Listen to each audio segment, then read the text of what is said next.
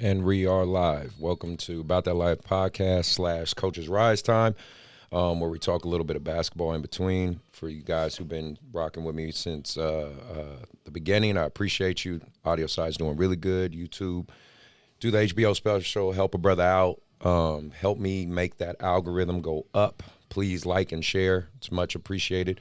Got a good show for you. Got 2 officials, collegiate, high school, and a lot of good information for this episode. Hopefully you parents, you kids, everybody listen, check this out. We're going to have a lot of clips for you, shorten it up, and get them out there for you as well so people can digest the things we're teaching. But we should have a good episode for you coming right now.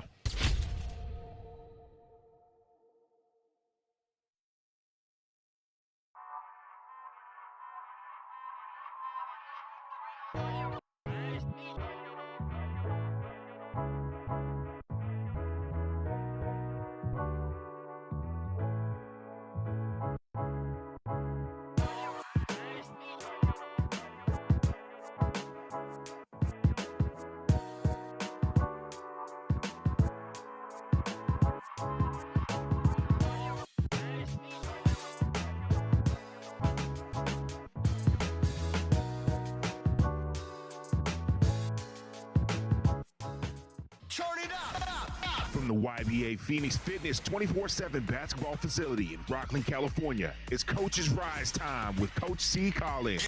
Get it started. 3, 2, 1. Coach's Rise Time. Hey, I'm Coach C. Collins. Welcome to Coach's Rise Time / About That Life.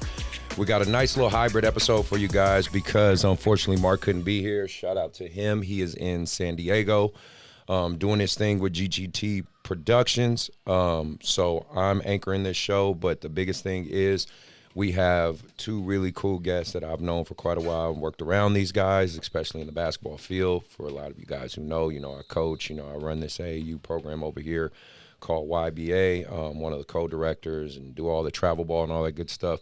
So having these brothers on the show is a really cool thing because, for one, you parents need to hear this information because you think you know and you don't. 2, you kids need to know this information because you think you know and you don't. And 3, coaches, we need the information because we think we know and we don't. So, and especially I'm glad to have them here because we're really trying to, and me personally, I'm always vested in trying to help the basketball community. We want more young coaches. We want more young officials. We want, people stepping up and wanting to take these roles. And the best way to do it, I think, is to use my platform to get some of that information out there. But before we get to them, let me give a shout out to my sponsors. Shout out to Dr. Dish, best shooting machine on the market. They have all kind of models, whether you're looking for the home edition, all-star edition, Rebel. They have your needs. They have your budget. Go ahead, tell them About That Life podcast sent you. They will shoot you a discount. And also, if you're looking for AAU, rec league, anything competitive, or just to get your kid out there playing basketball, sign up for Hardwood Palace. They have 8 courts. When they use our facility, they have 11 courts. They always have tournaments every weekend, all year round. If you have any basketball needs, holler at Steve or Grant. They'll hook you up at Hardwood, and they should be able to help you out. So without further ado, let me get to my guests. Again, I've alluded to, these brothers have been around basketball, been officiating basketball. We're going to get into who they are. And, the format of this show is going to be kind of different in terms of I want to do a lot of learning. I want a lot of information to be out here, so at least it's said. And like my producer, Johan, he's going to chop it up into different segments for you guys. Obviously, if you're listening on the audio side, please rewind, listen to it again, digest it. I want you guys to get perspective from 2 high-level officials who've been around the game, who've seen the game a long time, and can give you guys some good insight. So without further ado, let me introduce Victor Horton and Sport Barclay. Right? I want to make sure I say that right. I want to say that right. All right, perfect. Mine was easy. Appreciate you guys being here. Appreciate you being here. So let's get right into it. Let's get insight into who you guys are. You could tell us, your basketball background, how long you've been officiating, playing basketball. If you played AAU, what was your AAU team, high school teams, all that stuff. You start with either one of you guys, but you let the audience know who you are. You Go ahead, Sport. You go ahead first. Okay. Cool. Sport Barclay. I've been around the Sacramento area for a long time, and I mean, with a name like Sport, it's kind of hard to not remember that name. So I played. Obviously, AAU growing up. Back when I was here, you had Salvation Army, you had the Kevin Johnson League. So it was a little different. You didn't have all this other There's a lot of AAU teams, ball. a lot of I mean, teams, it was everything. Everybody was there. If you didn't come there, you didn't play. Right. We didn't respect your game. And then obviously you played in high school with the Hiram Johnson West Campus. Back when they were two separate campuses, now they're the same campus. And then just started refereeing probably maybe 5-7 years. I've been refereeing about 20 years now. Nice. At the high school level, I did junior college, Division III, Division II. Made it to Division I. I've done men's pro-am, I've done women's pro-am. I serve as a women's professional league referee right now, out of a league that's out of the Bay Area. So Nice. I refereed from California to Florida to Texas, Arizona. I mean, just everywhere in between. I've been all over. So, all right. I've done AAU stuff, Adidas 64. I mean, I got a long resume. I've been around it for a while. So and I just got a passion for this stuff. So thank you for having us. No, It's an anytime, honor, brother. man. And what about you, Vic? Yeah, Vic Horton, basically from SAC as well. I didn't do AAU when I was younger neither. I think I did NJB when it first started and Nike League. Nice. I do remember Nike. And just playing, I went to Valley High School and played with, did that stuff at Valley, and then played a little bit JC ball, and then got into officiating. Believe it or not, Sport, Rob, and my friends. So you all started around the same time? Or Well, they got a head start on me, but 'cause I was still trying to live out my dreams at min leagues playing basketball. I didn't want to be a basketball cop for the longest. But, right. Kind of went out and at Salvation Army, worked some game, made a little money. I was like, I like this, a little money. So this is my 11th year, and 9 of the 11 years been varsity, and went to the next level, JUCO level, women's side for the CVC for 3 years. But I decided to just stick to high school because I enjoy giving back to high school, and high school is just great. All right, It good. is. Good. It's good to hear you guys say that. really is. So I want you guys to talk about the shirts you guys are wearing. Okay. Right. If you guys can't see it on camera, well, I'll let you guys describe it. I don't want to jump the gun here, but speak about what that is, what that organization is. Your guys' role in it. All that stuff. Absolutely. Please do. Well, myself and Vic recently were selected as co-group leaders over the basketball officials group here in Sacramento, which there's 2 groups kind of in the area in this CIF, the San Joaquin section. You have NCOA North and NCOA South.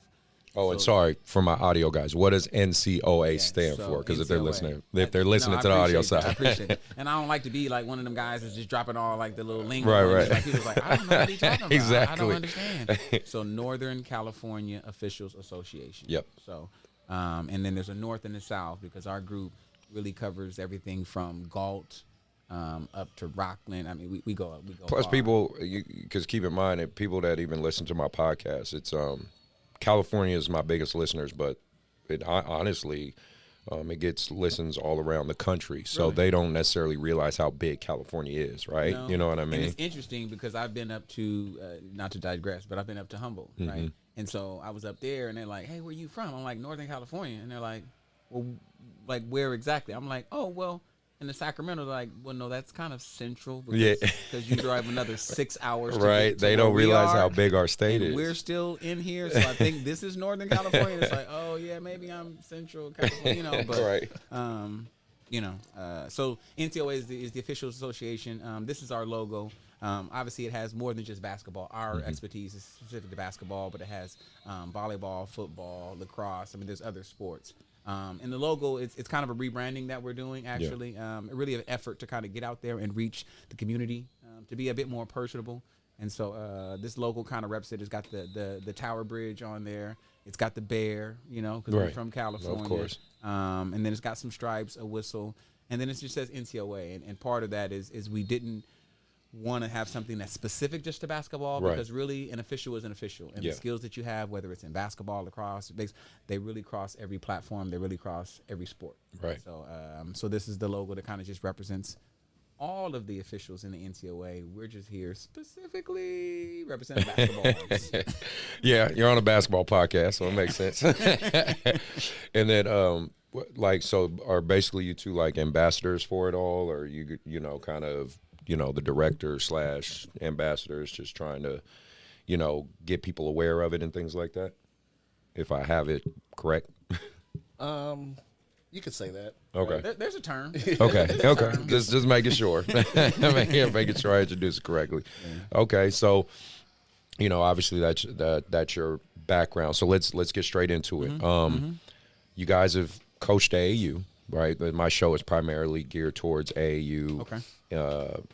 Mainly, but we talk about NBA, college, high school, because it all is one big hamster wheel. It all feeds into itself, and obviously the NBA is the top, like, and that's a whole nother animal. Just so people understand who are listening and checking this out, mainly what we're going to be gearing towards this episode is mainly going to be towards college and high school. Obviously, we'll talk a little bit about NBA stuff, but there's a million podcasts talking about NBA. I try to keep mine more about the high school and the collegiate side, because there's more high school and college players than NBA players, right? And I think this episode is going to be really value for people to get that information. You know what I mean? On a bigger scale. So just understand, when we're talking about a lot of this, we're not talking about the NBA. We're mainly going to be talking about college and high school.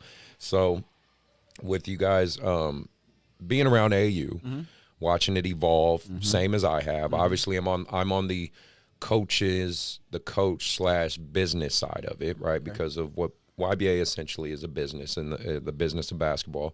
I want you guys to speak on good points, bad points, you know, whether it's the perspective of an official, whether it's a perspective of a former player, whether it's a perspective of just a fan of the game. I just want your guys' overall take of AAU basketball as a whole.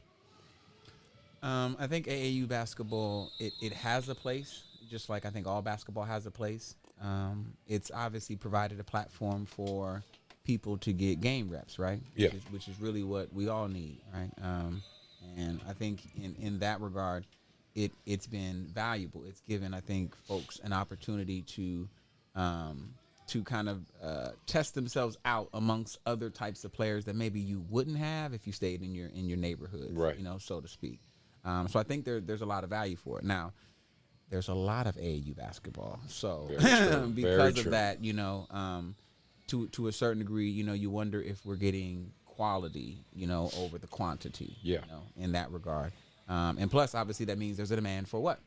Basketball officials, which is kind of where we come in. So I think AAU plays a role because it provides an opportunity, a platform for a lot of officials to get some reps before we get to an actual structured area, which is the high school or the collegiate area. Right. So. And what about you, Vic? Again, I think it's just great that they have a platform for basketball. The reps are important. As an official, it is a good platform for us to get games and reps in.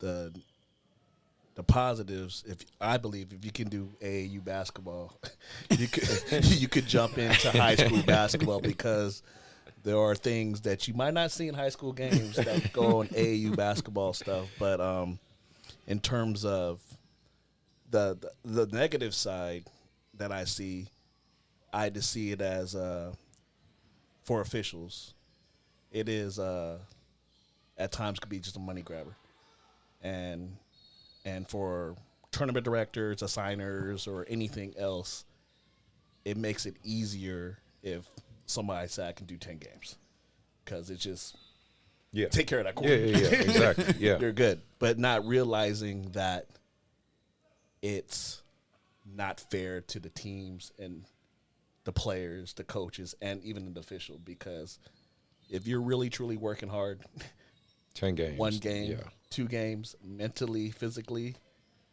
we're done. Yeah. I mean, imagine as a coach, right? If you had to coach 10 straight games, like, you know what I mean? Like, by the 3rd or 4th one, you're not going to be as sharp. It's not going to be. Yeah, you know what I mean? exactly. Like, you calling plays, but it's like, hey, y'all know what's going on. Right. You know, No, you're not up fiery, you know, into it because it takes a level of focus, you know. And so I think that's the quality over quantity is sometimes that space can not be used properly by an official if they're not there for all the right reasons. Okay.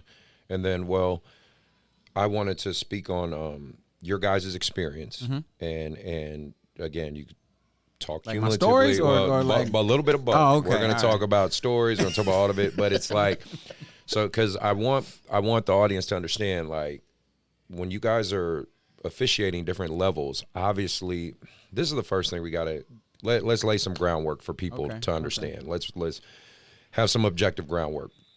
One thing that I think and you guys correct me if I'm wrong on this. This is just my interpretation and my belief. So the first thing people need to understand is different age groups, like let's say grades, are going to be officiated different. You're not going to officiate a group of fourth graders the same way you're going to officiate a varsity high school game. You know what I mean? Because obviously kids are less coordinated. There's going to be a lot of travels, a lot of jump balls, a lot like fourth grade girls. You're not going to officiate, you know, as a varsity state championship game, right? Absolutely. So we need to understand that, and this is mainly I'm talking about you audience. You need to understand that. It's not one and the same. Two, officials, yes, there's black and white rules, but they are to the interpretation of the official. Right, Not necessarily. It's a more of an art. You know? And I think so. You know, the rule says, as an example, right, in order to establish legal guarding position, right, whether you took a charge, right, you got to have a couple of things. You got to have 2 feet, you know, on the ground, torso facing the defender, right, Facing the offense. facing the offense. I'm sorry, Yeah. my apologies. Facing the offense, right. Yeah. There's no interpretation in that. Right. True. That's what the rule says. Right. Now, if I'm late to the play, if I'm not using proper eye discipline, eye sequence, then I might be late in viewing that play, and thus I might make maybe not the correct decision on that particular play. Okay. But it's really because of the work that it takes to get it right. That work wasn't done properly. Okay. You know, more than anything else. Very if that good. makes sense. No, it does. Absolutely. And we're going to talk, we are going to go like point by point talking about like travels, charges, you know, hand checking, how to play deep. I want to talk about all that stuff. How to play defense. Don't touch nobody. Yeah, exactly. We're going to Don't talk touch all nobody. this because again, we know just being around this sport and especially again, being on the AU side, there's just a lot of people that I don't think they understand what they're looking at. And sometimes I even think people forget it's a contact sport. That was the third thing I was going to say is we have to understand and agree that basketball is a contact sport. It's not a collision sport. That's football, okay? But it's a contact sport. So I think because, again, you guys know as well as I do, you know, you hear this term from probably coaches and parents all the time. That's a foul. That's a foul. I've heard That's that a once yeah, or yeah. twice. You might have heard that, right?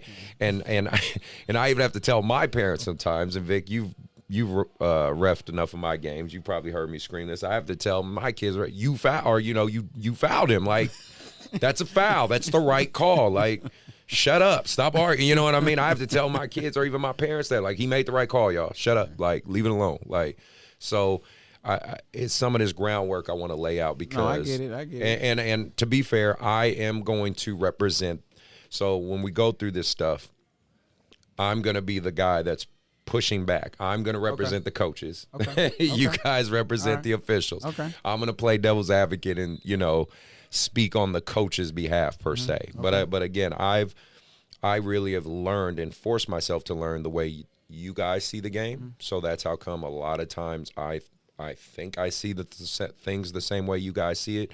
That's why a lot of the times I won't push back on too much. If anything, when I yell at my kids. I don't yell at officials. Everybody knows I'm a hard ass coach. I yell at my kids. But with officials, very very limited times I try to push back with what they're doing. I try to ask questions, I right? agree. Yeah, I try to ask you questions. are one of those that ask questions. Like I just say, hey, what did you see? Because and again, even if we disagree, I say, hey, we disagree, and I move on. But that's me. But I'm gonna try to be, the other coaches. I'm gonna try to take my hat off and be somebody else. Okay, no problem. So, with your guys' experience, I just want to talk about some of the fundamental differences that you guys might look for when, let's say, you're coaching, again, like some 5th grade boys and, you know, some varsity high school athletes? What are maybe 2 to 3 things you fundamentally are looking for that might be different? I think the first thing is obviously their at the lower level, their ability to control their bodies is not the same, right? A varsity guy, if he's going to the basket, you know, he may have the ability to stop, jump in the air, maybe contort his body in a particular way to get off a particular shot. You know, 4th grader, Yeah. if he jumps in the air, like, you know what I mean, He lucky if he lands. or he come back down. I mean, you know what I mean, like there ain't a whole bunch he's Right. actually doing. And so in that regard, it can be easier to referee, you know, the younger kids, but I think sometimes, again, it's an art at every level, right? We always talk about what it looks like to the plant, to the fans, to the coaches. Our whistles should somewhat reflect what's happening on the game. If we're getting a lot of questions, it could be that what we're calling, what we think we're seeing, may not be what everyone else is seeing. Now, I will say, referees look at the defense. That's one of the biggest things that people don't. We're supposed to. Right. We struggle with ball watching. Right. I mean, it's human. It's human nature. You can't help but. Our discipline is referee the defense, because the rule is very clear. The defense has certain things that it's not supposed to do. And so as long as it doesn't do those things, then in theory, there wasn't anything wrong with the defense. Right. So if we referee the defense, that gives us a better opportunity to hopefully see it the way the fans see it. Now, fans, they have the better viewpoint in certain regards. Like I tell people, go sit in the stand, and we watch in the stands. Right. You got, I mean, and you got a lot more eyes. right? You got big time camera angle. You know, down here on the floor, there's angles. Things are moving. You know, it's about finding the right positioning, fighting for what we call open looks, so we can actually see contact as opposed to assuming. You know, all right. I like to say being right for the wrong reasons. Yeah. Right? I mean, you didn't see it, but his body language, all the reaction is like, man, he got hit. So you put a whistle on it, right? Right. We might be right, but not for the right reasons. Right. You know what I mean? Because Ted mentioned that too. Not to cut you off, but like, because I've had officials on my show like Ted. Shout out to him. Yeah. Shout out to Ted. Shout out to Jules. I've had her on. Yeah. Tremaine Folks. He's been on my show, and just in normal talking, Ted he's so philosophical. Yep. So he he said he was like, it's a cardinal sin. You got to call what you see. You know what I mean? I'm like, who says that? But yeah, shout out to Ted. That sound like Ted, though. Exactly. Ted. If you know Ted, that sound like Ted. Vic, you got anything to add to that point, or? Yeah. So also with the sort of fans, they're not trained to referee the defense. Right. They're trained to watch the ball. They're trained to watch the ball. So look at that. That is what's interesting. So everybody go see what the offensive player is doing, and the offensive player may flop his head or may do something. Sell it, right? Yeah, sell it. And fans are going to let us know that we missed the call. Politely. Yeah, of course, right. politely let us know. Excuse me, sir. Yeah. Pass the Grey Poupon. Please call the next foul that Stop you the see. cap. Right. Yeah, exactly. Just like that. So I said this in our camp a couple weeks ago in terms of I have like 4 commandments of fishing that I kind of go by. Nice. And we're going one- to clip this, so please say. And one is definitely, like sports say, we referee the defense. Because, like I said, like sports said, if they're not doing anything that's illegal, normally it won't cause a problem, right? Second is there's usually 2 or 3 people 2 officials on the court. We mainly AAU and most of the high school seasons two person. So that other person that's your partner, we have to trust that he's gonna take care of he or she's responsibility, and trust that they're gonna make the right call or whatever they see. We gotta trust exactly. We have to trust that they're doing the right thing. Another one is, so I said, referee the defense, trust your partner. We have terminology that we have to do as referees, that we stay in our primary coverage area. So we try to, I know we've heard referees say, that's not my area. That's not true. I mean, there is some truth to what they're getting at. Right. But that doesn't, there's another side to that. Right. If that makes sense. So we are responsible for certain parts of the court, and we have to trust that we must stay in our primary area. And then the last one is call the obvious stuff. So we majority get the obvious stuff that fans see, coaches see, the players see. Pretty much, I think we'll have a pretty good game. I agree. But and they kind of fall in line with each other. If you trust your partner, you don't have to worry about overcalling or making calls that he may not see or she may see. So throw your partner on the bus so you're kind of on the same page. If you stay in your primary, that means you're actually trusting your partner because you're responsible for your part. If referee defense, we're focused on the defense that, anything that's illegal that the defense may cause, we put a whistle on it. And then if we call the obvious, like I said, it's just obvious stuff that everybody sees. So I think if we follow those 4 commandments, there may be more. Right. But those primary ones keep us out of trouble. Okay.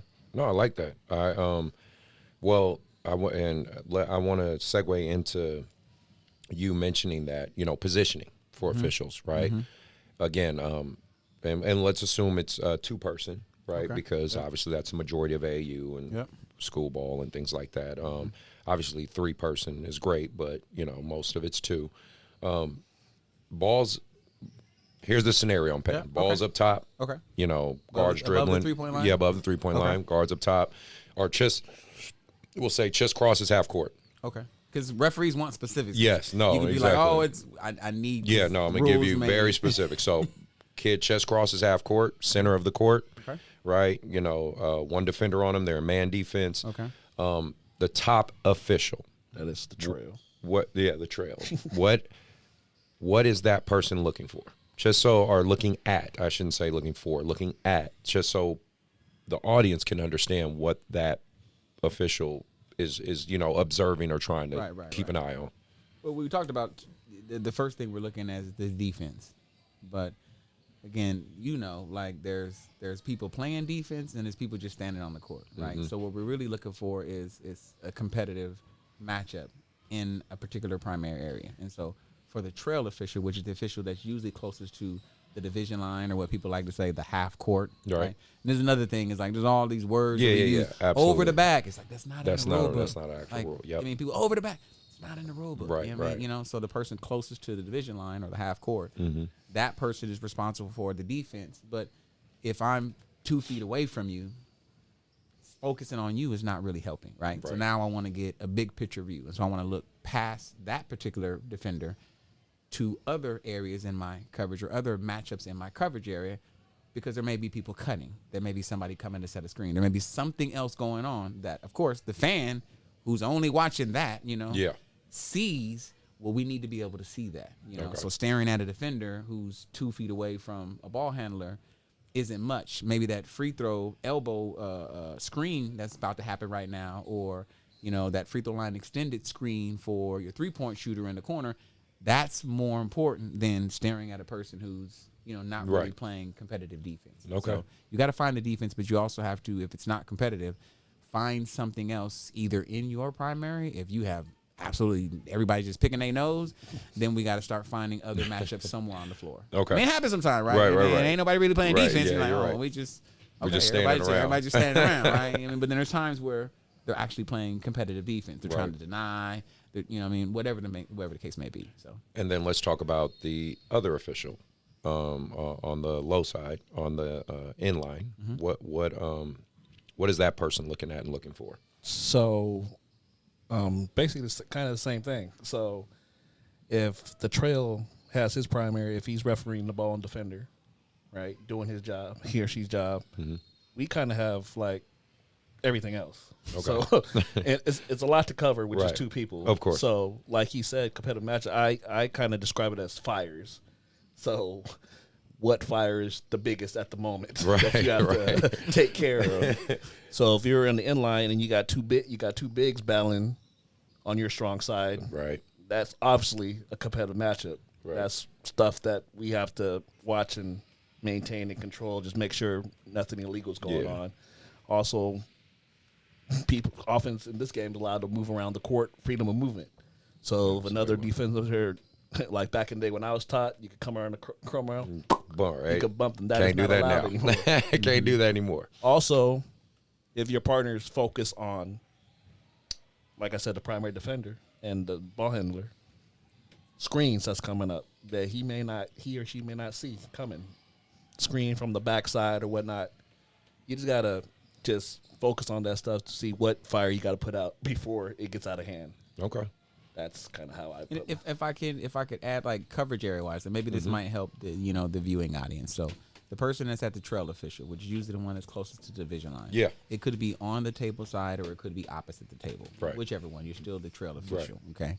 That particular official is responsible for everything above the key, outside of the key, right? Everything outside the 3-point line, and everything all the way to the division line, and everything all the way to the end line on their side of the court. It's like an L. Right. Like Like an the L, L. Yeah, I know on that. their side Yeah. of the court. So Right. whatever side you're on, whether it's table side, the opposite, That's their you, L. you take an Right. L that goes all the way to Yes. the opposite side and then all the way down to the end line on your side. Yep. And so then the lead official is responsible for basically the key, the entire key area, and everything from the free throw line below on their side. Right.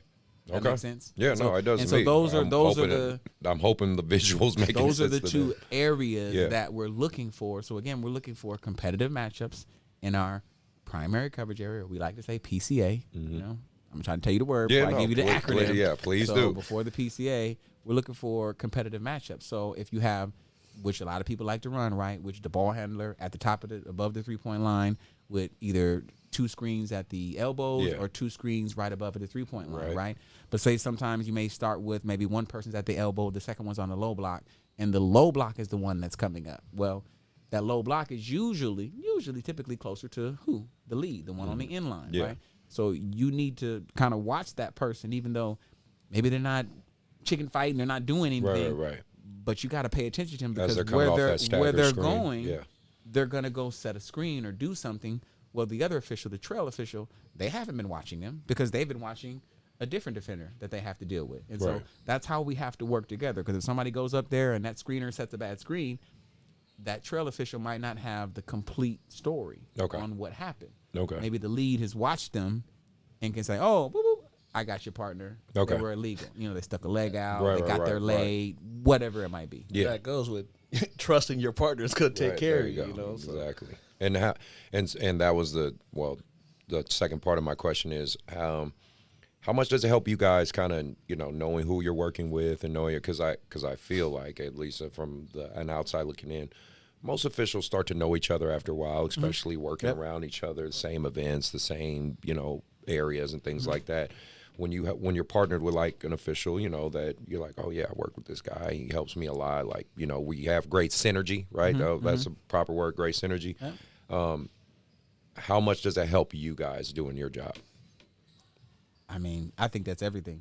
Okay. I mean, it's something that it grows over time, right? Right. If you're coming to this and you're new, the only thing you're worried about, only thing we want you to worry about is just trying to pay attention to what's going on the floor and blowing what you see as illegal contact, right? Okay. Because it takes time Yeah. to kind of train you to understand exactly what. Some people pick it up right away and they can just do it. A lot of people, we kind of say, oh, no, not that one. No, yep, that's a good one. No, Right. no, not that Right, one. Nope, right. that's a good one. Oh, yeah, that's Absolutely. another good one, Yep. and then that builds the understanding, the muscle memory of, oh, that's what a foul is. That's what I have to go get.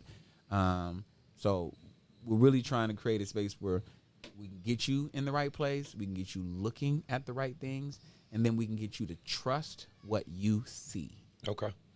That's we really want you to trust what you see. Okay. If you trust what you see, and the other person is trusting what they see, and we're in the right place, and we're looking, then we should have enough theoretical coverage. Really not in 2-person because it's a lot going on. It is a but lot. you know what I It is a mean? lot, We have yeah. enough to kind of figure it out. So you understand as time goes on how to kind of move through the floor, move through matchups, and find the things that are going to hurt us. Absolutely. So knowing your partner, it helps because, say, I know Vic is, as an example, Vic loves hand checks. Vic gonna get like 4 handshakes every game, right? And we laugh about these things, but these are things that you do understand about certain people that they have, they notice certain types of things that are happening maybe more consistently than others. Right? Yes. Well, then that's important for me if maybe I got a game and I'm like, hey, so, let's make sure that in this particular game, right, that, those handshakes. Because say, I'll give you an example. Say I have, 2 top teams, 2 top teams, right? Yeah. And they can get up and down. You know what I mean? They can get up and down. They don't, the contact doesn't impact them in the same way others like do, right? Vanden versus guy. Bingo, right? So if we out there and say I'm working with Vic and I know Vic guy, he's Mr. Handshake. Right, like right. that's his call, right? I might say, hey, let's be mindful of the handshaking rules. We need to find the ones that are illegal for this game, but they didn't come here to just watch us, call a whole bunch of handshakes. Of course. That aren't really having an impact on the game, and so that's why I say it's an art. Like there is the rules and there's what we have to do, but there's also understanding exactly what's happening in the game, and maybe in one game there's a particular contact that's not necessarily illegal for one game, but in another game you absolutely have to get that, because if you don't get that in that game, you're not gonna have a game. Right. Okay. Does that make sense? No, yeah, absolutely to me. With sport telling me that, I don't get offended. Yeah. I wasn't trying to say that Vic. No. I don't get offended. Hey man, what you talking about, man? I call handshakes all the time. No, I don't know. It's not about that. No, It's I mean about maybe being- that's your specialty. That's something you're it's just good at. like-minded, So we do call appropriate to the game, stuff with rhythm, speed, balance, and quickness. RSBQ. Yep. My man. RSBQ. Yeah, so it's the conversation that we have before games to see how the game's going to go. So No. definitely, if you know how your partner officiates, it helps out a lot. Okay. No, this is great. Well, then let's talk coaches, right? Because Our favorite subject. yes, of course. We were wondering when we were going to get to our favorite subject. We have to. We need to get to this point. So, because I do my damnedest to really, and again, you guys could correct me if I'm wrong, because I think you guys have worked with me enough and seen me enough. If I'm being a hypocrite or wrong or anything. But I really try to do my best to always be respectful to officials. Yeah. I very rarely, I think, get a technical foul. I don't really yell at officials. I don't really, I yell at my kids. I will 1,000%. I will curse my kids out and yell at them, because that's what the parents paid me to do, is just coach their kids. I really try to approach officials. Now, I'm not going to act like I've never, maybe been like, hey, what's going on there? Like, yeah, of course I have. I'm passionate about the game, and I think we can all agree that in the midst of a game, emotions, passion, it all can take over at points.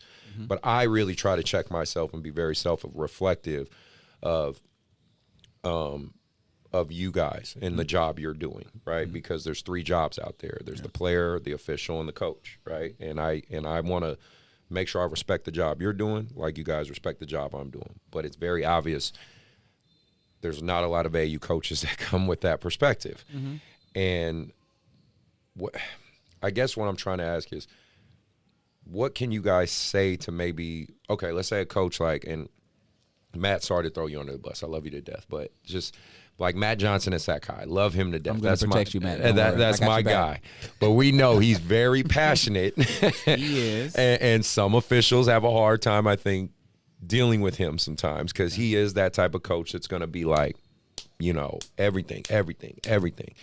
And my challenge to him, because I'm working at Sakai this year, my challenge to him as his big brother, I'm going to say, let's try to talk to the officials. That's my challenge for him, right? Okay. But you guys, I think, have enough veteran knowledge to distinguish the difference, right? Absolutely. So how do we help coaches like a Matt Johnson, a fiery, passionate coach, but that might not necessarily be conveying things the right way? What advice could we give him? How could we help him or her, be a better coach communicating with officials? I think the first thing I'd say is I'm a person first before I'm a basketball official. I would tell you I'm a father, a husband, a son, a brother. I mean, I can add a whole bunch of different accolades, you know what I mean, before I get to basketball. Yes. So, when I'm leaving home, I'm just going to choose myself. I'm leaving home and I'm coming to a basketball game. I left my 5-year-old daughter Very true. who wanted me to spend time with her and run around and, okay, let's paint your toes. Or maybe I shouldn't have said that. But, Right. like she wanted to do stuff that's Right. fun. Yeah. That I really enjoy doing. And I come out to a game. Yeah. And now, a minute and a half in the game, you're on fire. Right. And I'm like, well, hold on. Right. I could have just stayed home with my five-year-old daughter. And it's 8 a.m. I mean, so I think part of it is just is first of all, we're people. Like, we're people first. And there's nowhere, at least I haven't found it in the rule book, where it says, hey, you shall accept ... That's Right. not what the rule book says. Yes. So if we can remember that first, and then I think the second part is try to ask a question, right? See if you can get an answer of some sort, right? But we've all been around basketball long enough, right? Yeah. Like, you've been around people that are giving you maybe really, really strong answers, and you've been around people sometimes where you're like, Right. okay, I would have liked a little bit more, but Right. if that's all I got, if that's all I'm going to get, right? You accept it, move forward. You know what I mean? And so it's like, figure out who you have, right? Like, if you have somebody that you can talk to, why don't you try to have a conversation, right? Like, let's not go 0 to 60, right? Maybe if you're with people that you aren't able to have as much of a conversation, then maybe you got to be strategic about when you want to talk about something. But we can't talk about every play. Yes. Because if we're that bad, I'm going to be that bad every quarter that I'm here. Right, Like, I'm right. not going to get remarkably better in the second half. You know what I mean? Right. I'm going to be the same. And typically, that level of energy doesn't put me in a happy place. Right. You know what I mean? It doesn't help me figure it out. And so Exactly. I would say, if you can, try to ask a question, try to understand that, again, we're people first. Before I came there to do that particular basketball game, I'm a person first. And so Nice. if we're willing to give you some dialogue, if we're willing to have a conversation, ask them. Like, Yeah. let them give you something, We don't referee in the NBA.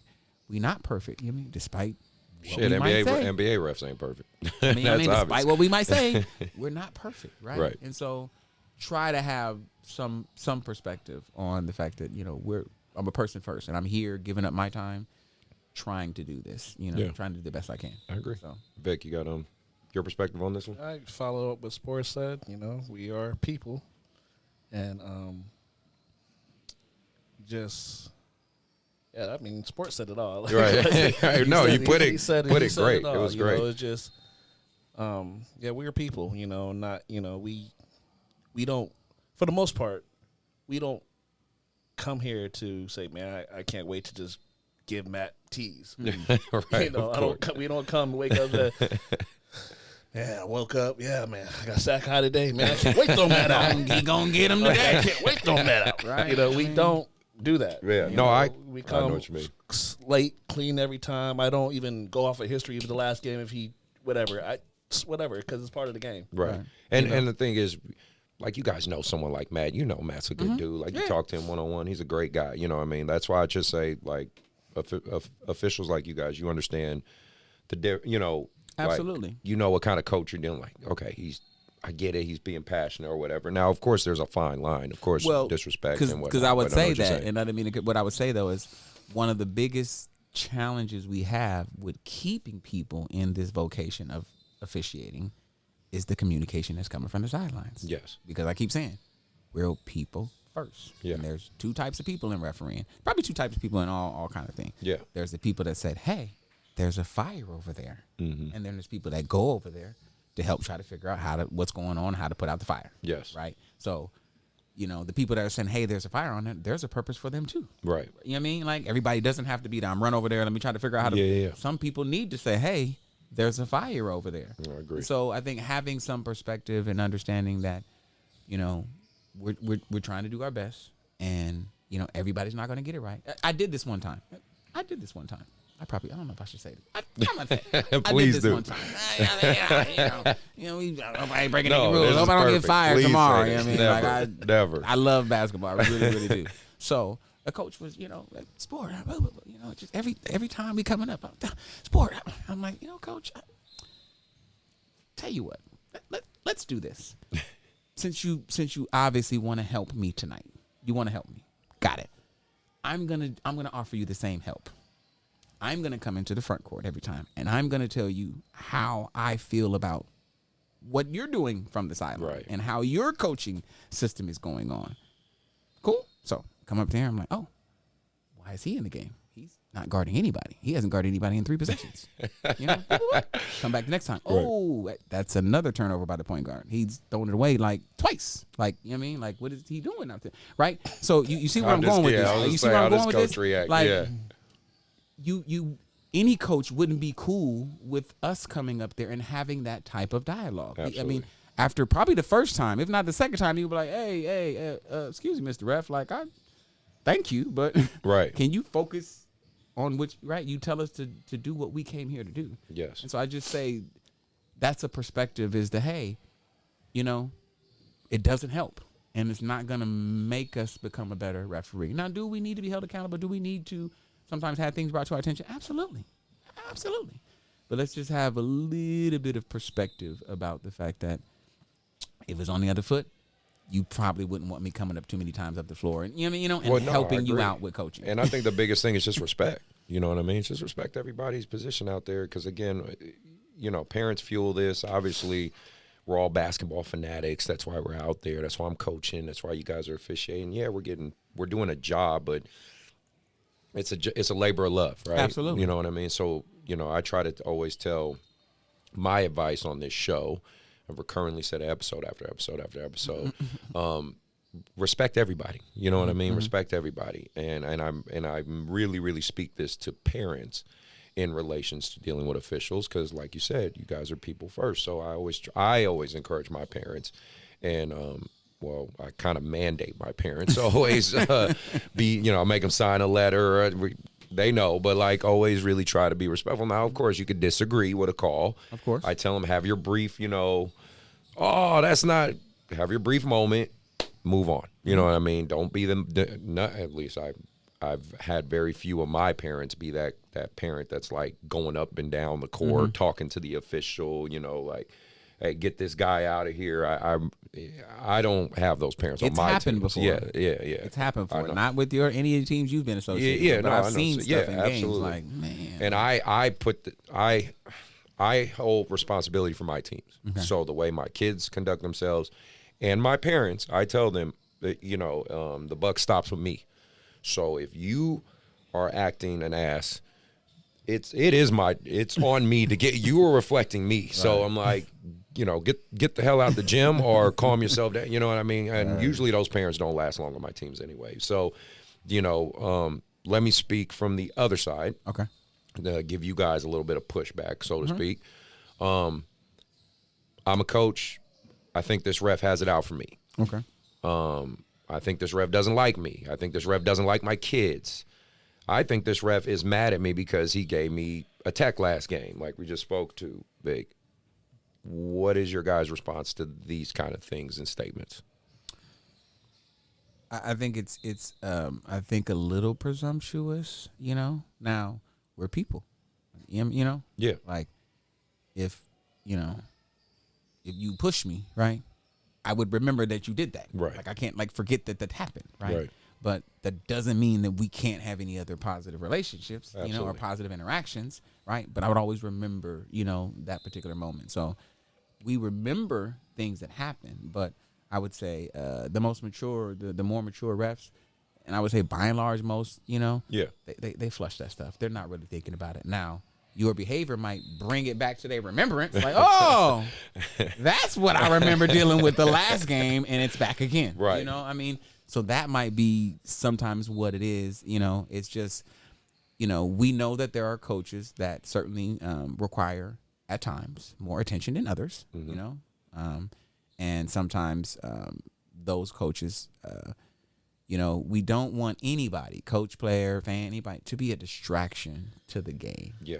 More than anything else, because that's what everybody is really. We're all paying for our entry fees for, and everything is there is right? For the kids in the game. But we're people. Yeah. And so, things happen. We get in our feelings sometimes, and we, feel a certain kind of way about certain things. But I would say, and I'm sure Vic would say, by and large, we don't sit in the parking lot I like 1,000% agree with you on that one. Dude, let me tell you about the last time I was over. Right. we show up and, hey, what's going on? Right. What do we got going on? Okay, this is what we need to do, and we get into it. We might bring up the fact that, hey, we have a particular coach who maybe historically has a bit more energy, or is a little louder, or whatever it is. Of course. That's part of being prepared for whatever you're about to go experience. Absolutely. And so those discussions definitely take place. Let me ask you guys this, because you got me thinking of this too. Uh-oh. No, this is a good. This ain't on script. No. This is some extra stuff. No. Do you think it's good? Because I've seen this happen, and I think it's overall good. Like, okay, let's say an official and coach go at it one game or whatever, get a little heated, and that coach gets a tech or whatever. It's just a disagreement, and nothing happens of it. And then the next time that coach sees that official, or even sometimes I've seen in that same day, they go up to that official and say, "Hey, that's my bad. I'm sorry. I was out of character. That's my fault." I'm talking about the coach go to the official and say that. Not the other way around. Because we dedefinitely get asked to come. No. You missed that one. No, I'm talking about it's because I actually encourage coaches. Because what I do here at YBA, right? Okay. We got like 70 teams. We have that many? Yeah, we have 75 teams right now, I think, and about 30 coaches, right? Okay. Me, Coach Shaw, Coach Kenji. We're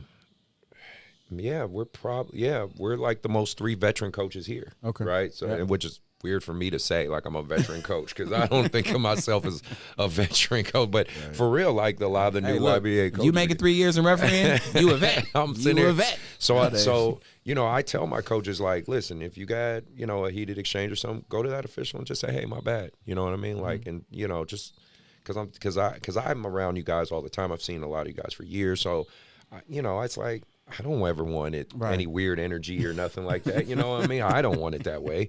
So I encourage my coach to do that. Do you guys think that's a good idea sometimes for coaches to it's have a dialogue? Okay. Yeah, that'd be great. You know what? Everybody knows the Reno Memorial Tournament. Yeah. So I was working a game, and I think it was a YBA. I think it was a YBA team. He had a YBA shirt on. And, he was just pretty animated and asking no questions, just 100. And, just regular technical foul. Bam. That's it. You can't sit down in AAU. I know you sit down. Right. But afterwards, he came up to me. I deserve that technical. Oh, that's nice. I deserve that technical, man, And I was like, yeah, it's all good. I have no hard feelings. Part of the game. We laughed. Right. The whole tournament. Hey, Vic, how you doing? Sometimes, we promote. Well, how's it go? We permit what we promote. What you permit, you promote. So if we allow that behavior to happen, they're going to run with it. Right. So I'm not saying we be an ass about giving a tech, right. That's yours. The technical foul is just a regular foul. Yeah, exactly. Right? Yep. It should be emotionless.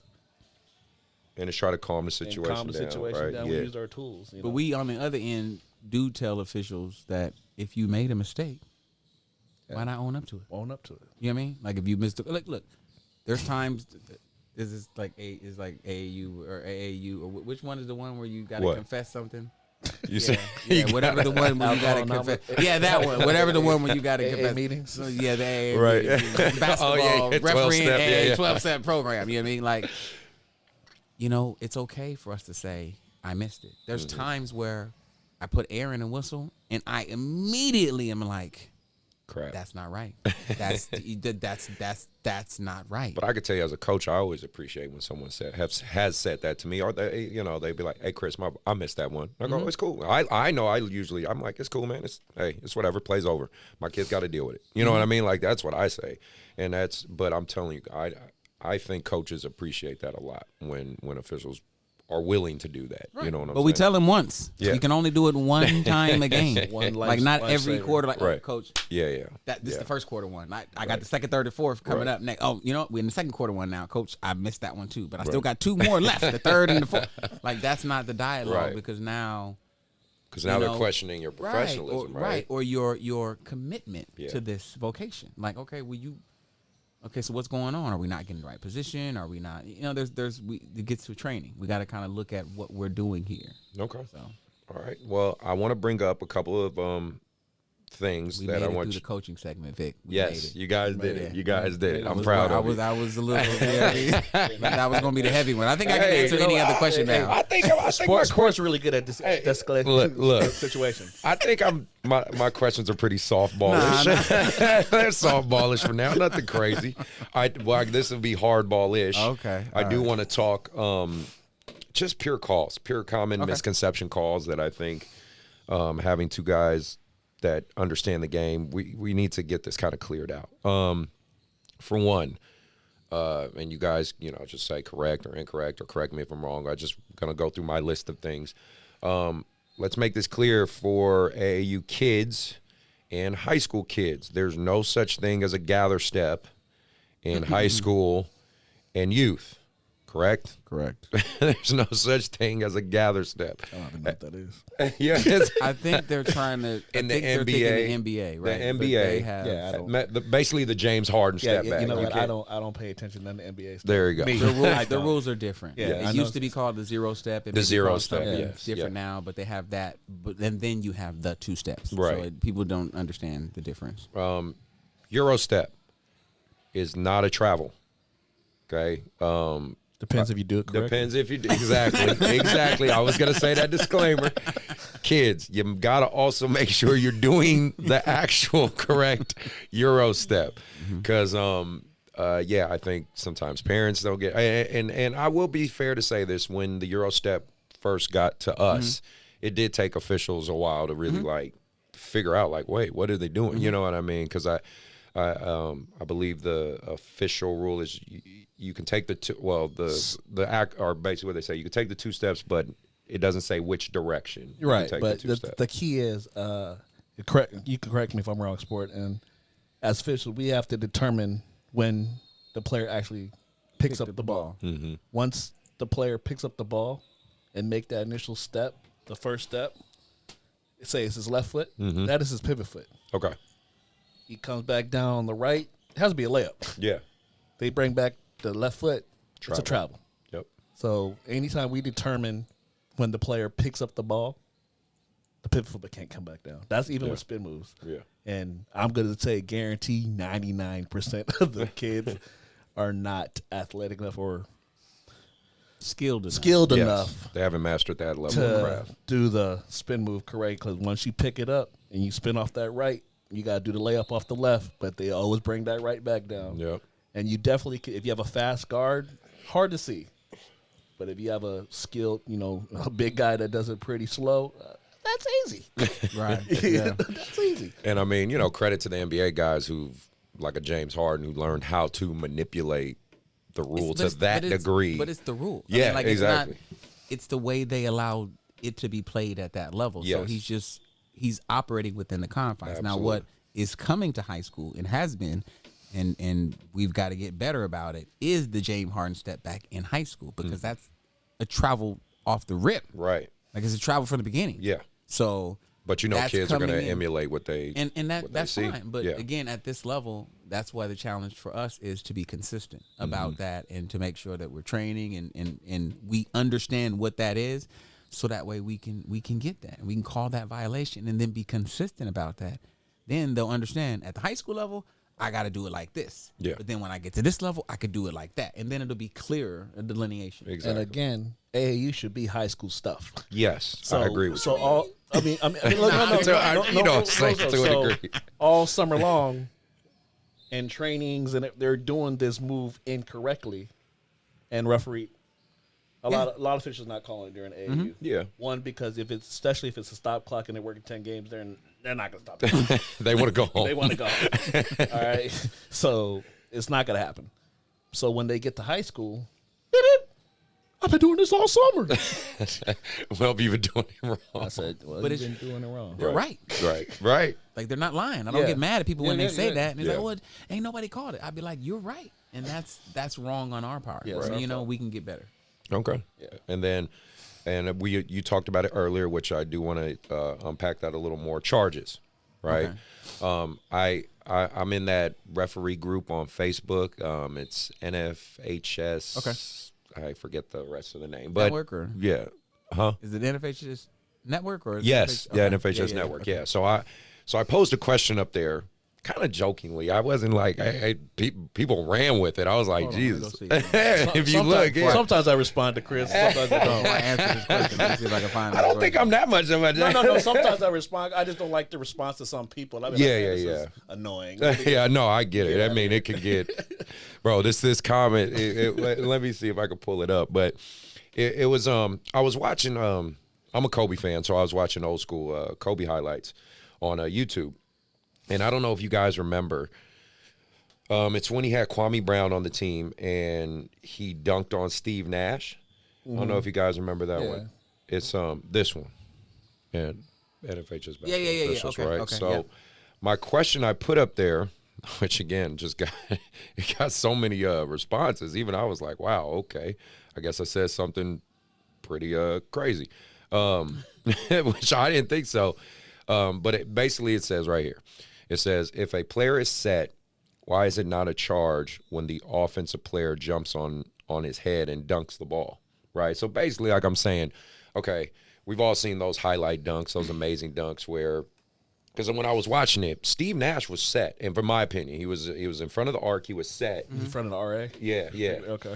What's RA? I don't know. Restricted area. Okay, perfect. So he was in front of the restricted area.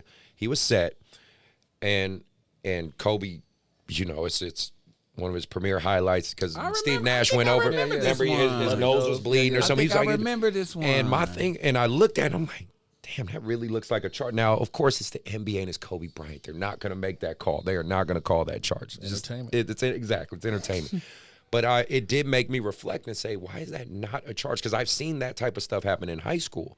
And is it just the momentum of the game? Is it because it's just such a good play? Like, to me, it's like, dude, you jumped and ran this guy over. So I want to make sure, am I answering this question as a high school official? Am I NBA official? High school. Like, okay. Because there are high school kids who can do that. You know what I mean? I agree. But most of the time, like if you look at Zion Williams highlights, I mean, he's hammering some, and some of these kids are trying to take charges, and he's just dunking on them, but they're not going to call it a charge. And I think it's the momentum of everything. One of them, I think a lot of it is courage to make that big call. Yeah. You know, that's one. Yeah, that's a I would huge agree. one. Is it? I mean, I guess the first part of it, is it a charge, or is it just if he makes any contact with his head or torso, even though he dunks and jumps and dunks it, is it a charge or not? So the key is was the defender established? Was he in legal guarding position? Going back to what I said earlier, 2 feet, on the ground, torso, facing the offensive player. Was that all those check boxes, were those checked off before the person took off? Okay. Right. So if all those boxes are checked off before they take off, high school doesn't have an RA. It doesn't have a restricted area. Right. You can literally be standing Under the basket. Yeah. I hate to say. And it can be a charge. So Okay. long as the defender establishes and maintains. Now, here's another part, which is maintain. So the maintain is you can go side to side or you can go backwards once you establish. Okay. Legally. Right. The only thing you can't do Let's go forward. Right. which is where a lot of fouls that we call that people don't understand. Because you're is impeding the because progress you're of the taking player, your right? body into Right. you're taking your body into a ball handler and meeting them. Again, if you're established, you can go side to side. It's not a problem, but you can't go into them. Why? And that. That makes Go- sense. no, You it can't- does you to me. can't No, move- absolutely. You can't move in a forward Yeah, direction, and that's a lot of absolutely. times where that's where the fouls a lot of times Because you can't are. move laterally. You Because can like move you said, laterally. if the guy's coming and you as a defender can kind of calculate that trajectory and you Yep. take that one step over, get in Yep. position. Once you establish the legal guarding position, Right. Once we, as referees, we run to our spot and we're finding the defender. Okay. Right, and then we're like, next is like, okay, is he or she in legal guarding position? Once that happens, we know the 3 things they can do. Okay. All Move right. side to side, backwards, or obliquely. The only thing they can't do is move forward. The only thing they can't do to slide if the shooter's already airborne. Of course, they gotta let them land. You can't slide under after they're airborne.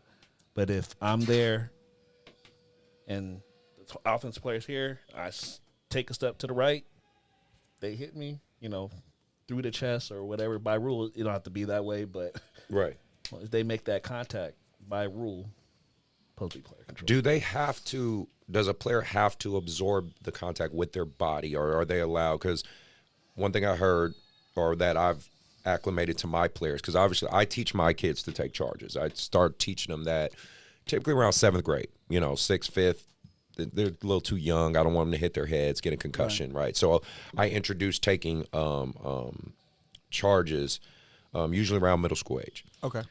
What I kind of do, and you guys correct me if I'm wrong, I tell them they can kind of have a strong forearm there to brace some of the contact, because a lot of coaches, I think, we teach it where, they just standing right there and they take all that hit right in the chest. Well, as a coach, I don't want to see my kid get hurt. Mm-hmm. So I kind of tell them, like, you can't obviously have your forearm extend it out, but you can, you can kind of have it up to embrace, to brace and protect yourself. That's the term I use, brace. So is that correct, or am I wrong on this one? No, you're not wrong. I think the key, right, when you're talking about, taking charges is, as a coach, is like, do you want a good defensive effort to be rewarded or not? Right. So typically, I would imagine you would say, yes, I want good defensive effort to be rewarded. Yes. Right? Clearly, if he's there and he's established, person goes right through, right? Not just to them, but to and through them. Mm-hmm. Absolutely, it's player control. Player control is in the rule, but we call it charge. Right. If they go to them but not through them, well, that's not a player control, right? But then you also have I'm there and I'm trying to avoid you, and I clip you in a particular manner. Again, I would say, as a coach, if your guy or girl, whoever it is, they get there and they're established and they waiting, and the person is trying to avoid them and hit them and take them down, well, would you not want us to put a whistle on it? Right, because you're rewarding somebody for doing it the right way, right? Yes. For establishing legal guarding position, maintaining, and not doing anything illegal, right? So, yes, you do want to take it in the torso, but we can't get so focused that it's like, well, if I don't see the contact right here, then it's not a foul. But it's like, well, no, we need to really referee the defense and see, well, were they established? Did they maintain? I mean, that person's trying to avoid them. But what did the defender do wrong? Nothing. Okay, well, send it the other way. Right. Ship that. And I would think if we're consistent, coaches will see that, understand that, and go, I get it. Like, you guys aren't tripping. The issue is obvious ones seem like we having a lot of discussion on. Right. And not on ones where, okay, you know what, could have went maybe blocked, but it could have went charged. But, I kind of understand why it's a charge, because they actually were there enough, or they got there just before. Do athletes, do they have to fall for it to be a charge? I'm speaking more, this is for, again, the audience, so they understand, like, the rules, right? Because essentially displacement of the defender would be the charge per se, but most people obviously commonly, the common eye, the common fan, the common person knows typically charges you're falling back, right? Typically you are, but then again, it depends on like who's taking the charge, right? Who's the defender, who's the offensive person, right? Like if Shaquille O'Neal's trying to take a charge on Allen Iverson, he ain't gonna fall back. You see the point I mean? Like there's times where it's not just you got to fall, because the person may be bigger and can absorb the contact in a way where they don't fall, but they move back. They're displaced. They move off the spot that they legally established. Usually when that happens, the offense travels after that. Right. Yeah, they get right. Exactly. Yeah, it could be any one of those things. So typically, yes, you want to go to and through the torso, but I also say that it's not only about finding that mid spot in the middle of the chest, because the reality of the defender is set up and they're legal. Yeah. And they haven't done anything that would attribute the contact being attributed to them. I definitely can't call block. Right. Because the coach is like, well, what is that? It's like, it's like, what answer Right. am I going to give? You Exactly. know? So, maybe it's a no call, depending on the type. I mean, it's hard without seeing a Yeah, maybe of it's course. a no call. Yeah. But if everything's met, sounds like you can send it the other way. So for coaches, if you're listening to this, parents, if you're listening to this, kids, if you're listening to this or checking it out on YouTube, remember legal guarding position. That's the immediate thing established. that you have to establish before we have any other talks about the types of charge or, if it wasn't, just focus on that first. That's my tip for you guys. Let's get that. He's moving. He's not set. And that's another the- myth. I know Yeah, that's he's the moving. myth That that was he's the last moving. part. I know you guys. He moved. It's like he's allowed to move. I say it in my head like he's allowed to move laterally or backwards, but that's why this The show key is, exists. did the defender establish legal guarding position first? Yep. If that happens, a whole bunch of other stuff don't really matter, Right. because they've met their burden of proof, right? Right. They've done what they were supposed to do.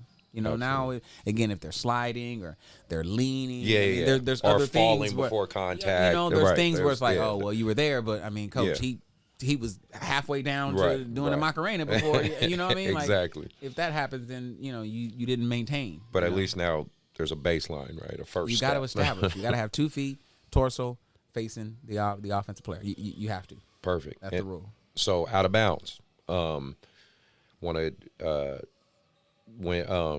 Not when a basket's made. On We have a spot throwing, designated spot throwing. Yeah. There's always that misconception that they're literally not allowed to move their feet. Can we speak on that one, fellas? Because I'm a kid. I've dealt with some officials who didn't know.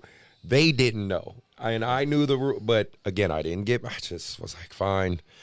What I said to him was, I really strongly suggest you talk to some veteran officials because my kid, he inbound the ball, and I told him, take a step back to get an angle because it was at a gym where we just didn't have a lot of room taking it out. So, I was like, just go a couple steps back so you can get it past the defender, right?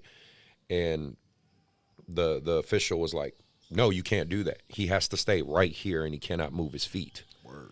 And I was like, He said word. and I'm sitting there like, okay, like, you know what I mean? Like, what else could I can't argue with it. So I'm just like, sure, okay. You could have asked the question. You could have said, excuse me, Mr. Official, are there any occasions where he actually has the ability to move?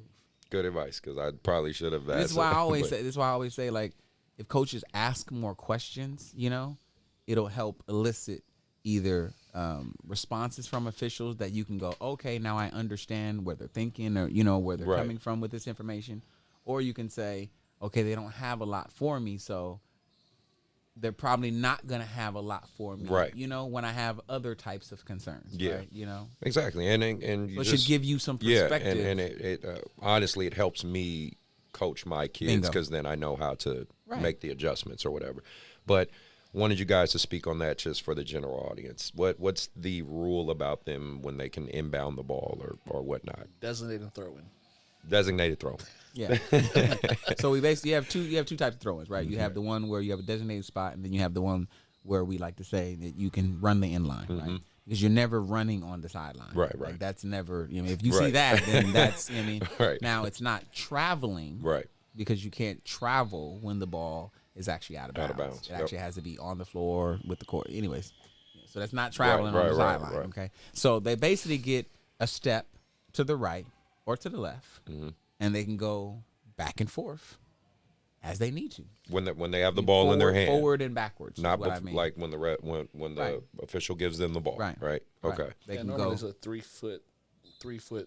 That's what we Hey, say. but it's a step. Generally, a You don't- step. Yeah, you generally don't like wanna- a step. You don't or want something. Chinese typewriter Yeah, all yeah, the way yeah, there. yeah, Just yeah. one step. Not the Yeah. MC Hammer. Right. Just a step one way to the right. But or like a if you're step trying to the get an angle to pass the ball in, right? They can You take a step. step. Now like, it's not one of them, drop steps Right. when we Right. do it in practice Right. before the game. It's not one of those, right? Right. I mean, you got to keep it relative. Right. You got to you have a spot. Right. So you don't get a space, a box. You have a spot. So Right. it's a step to the right, to the left.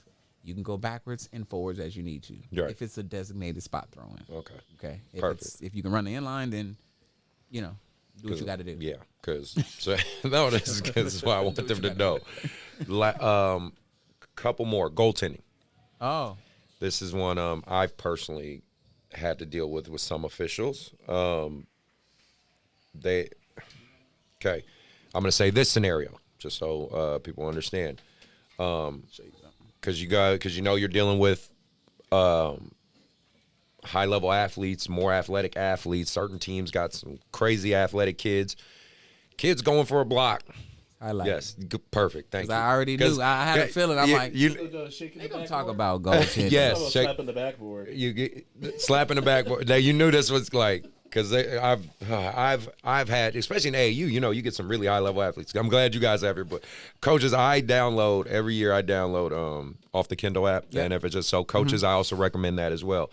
If you can't get a hard copy, download the NFHS book and check it over. I mean, you're not gonna read every single page, but obviously get the points of emphasis, you know, rule changes if they make them. Like, that's my suggestion to you guys. But moving forward with that, yes, goaltending. My kid goes, tries to block the shot, ends up slapping the backboard. Not enough force to make the backboard move, you know, but obviously, you know, trying to go for a block and slaps the backboard. My guys have been called for goaltending for trying to do that. I know that is not goaltending. I know that. But I just wanted to talk about it on this show while it's here. Okay. So, I'm gonna read it out of the rule book. Yeah. Goaltending and basket interference is two different things. yes, if anything, it's basket interference, right? But No. no, I'm gonna it's not? read. Okay, I'm well, gonna you guys, read please, goaltending. you guys correct I want me. to make sure that everybody can hear what the actual Okay. rule book says, you know, specifically. And this is Rule 422, Article 1, page 35 in the rule book. Article 1, goaltending occurs when a player touches the ball during a tap or a try for goal while the ball is in its downward flight, entirely above the rim, with the possibility to go in. That's the definition. So it's got to be on. It's downward flight. It has to be above the rim, and it has to have the possibility to go in, which is somewhat subjective, Yes, right? You know what I yes, mean? But of course. I mean, you know, obviously, if it's way over here, you can't be Yeah. like, "Oh, that's go." Clearly, that didn't have a chance, you know. So right. it's somewhat relative, right? And so, based off that definition, right? If you lay it up on the glass, and I go to block it, and I miss it, and I make contact with the glass, what's the issue? Yeah. Or just simply, if you lay it up, and I like to call it volleyball spike it, Yeah. right off the backboard, Yeah. right? Because sometimes every once in a while you get one of those in game, Right. Ooh, Yeah, some athletic kids out there, right? like I said, And he yeah. volleyball spikes it. It's not goaltending because that's college and the NBA, where as soon as it touches the backboard, you cannot touch it. Because, well, let's be real, their bodies are so, yeah, you know Right, what I mean. but that's their But level. Yes. That, you know, that's where people, when you watch TV and you come to your you know, a youth game, you're like, oh, the rules are different. Right, You know, at of that course. level, you can't touch it. Yeah. At the high school level, you can absolutely touch it. Now, if I'm saying if a player's laying it up on the right side, and let's say your player is on the left side, and he slaps the backboard. Right. It's a little harder to convince me that you were actually trying to block. block it, yeah. You see common sense, right? Right. It's a little harder to convince. But I don't know the intent of your player. You know what I mean? All I know is I saw a ball being laid up, and I saw a player coming from behind, making an attempt to block the ball. He doesn't get the ball. Yeah. And he hits it on the backboard. I can't say for sure I know that your player was thinking, oh, I'm about to go hit this backboard as hard as I can, and I'm about, you know what I mean? And Like, try how to do I shake it. know that that's what's going on in your player's mind? Like, so we can't go there. Right. All I can judge is, all I can look at what happened and say, oh, he laid it up. There was an attempt. Again, it doesn't meet any of the other criteria. We don't got no goaltending. So is it just a no call then, or It's what? nothing. What? Okay. Just keep playing basketball. So then, what classifies as basket interference? Oh, happy you said that, because I was going to read that one too. Because I just want to make sure people Yes, can no, hear I it want directly y'all to do from the this. actual Yes. rule book. So Yes. it's not like, oh, he just said off top. No, I'm going to read it to everybody so everybody has it right. And so this is Rule 4.6 on page 29 of the rule book. Basket interference occurs when a player touches the ball or any part of the basket, including the net, while the ball is on or within either basket, right? Okay. All right. So again, so that's different. Remember, the first one was if you lay it up, it's above the rim, it's on a downward fly with a chance to go, right? You got all these. This one says if it's touching the rim or any part of the basket, including the net, while the ball is in there and you touch it, basket interference. That's basket interference. The other one is if it touches the ball while any part of the ball is in the imaginary cylinder, which is basically the basket all the way to the ceiling, right? So it may not be touching the rim, but if it hits and it bounces straight up, and so it's in the cylinder of the basket, and you go up there and touch it, then still basket interference. Okay. That makes sense? Yeah, to me it does. I mean, I read the definition, so I didn't make it up. No, this is exactly what they put in the rule book. So. No, that's so. Hopefully the public is hearing this and understanding this when you guys check this episode out. So then I want to talk about playing defense because obviously with the rule changes in basketball, and this is you mean the new one in high school that's coming? Well, all of them on it. Okay. Well, just all the I'm referring to like basically back from 90s, 2000 to today, just how the game's adjusted, the physicality. I'm not going to get into it's softer, blah, blah. I'm not going to get on that shit. We do know, and we can all agree that, the game has become more offense-centric, right? Yep. It's especially at the NBA level, because that's a show. You know what I mean? Mm-hmm. There's a reason the scores are 139 to, you know what I mean? Like that's just what it is, right? And you get that. That's a business. With high school and college, it is more free-flowing, freedom of movement, right, being the term. So this is where I say coaches have to be coaches. You have to adapt to the way the game shifts, right? There's a reason like why Coach K and Calipari and all those guys could stay on top for as long as they did. They adapted to the game. They couldn't say, nope, this is the way it is and this is how it, like you don't have a career if you do that. You have to adapt to what's going on, right?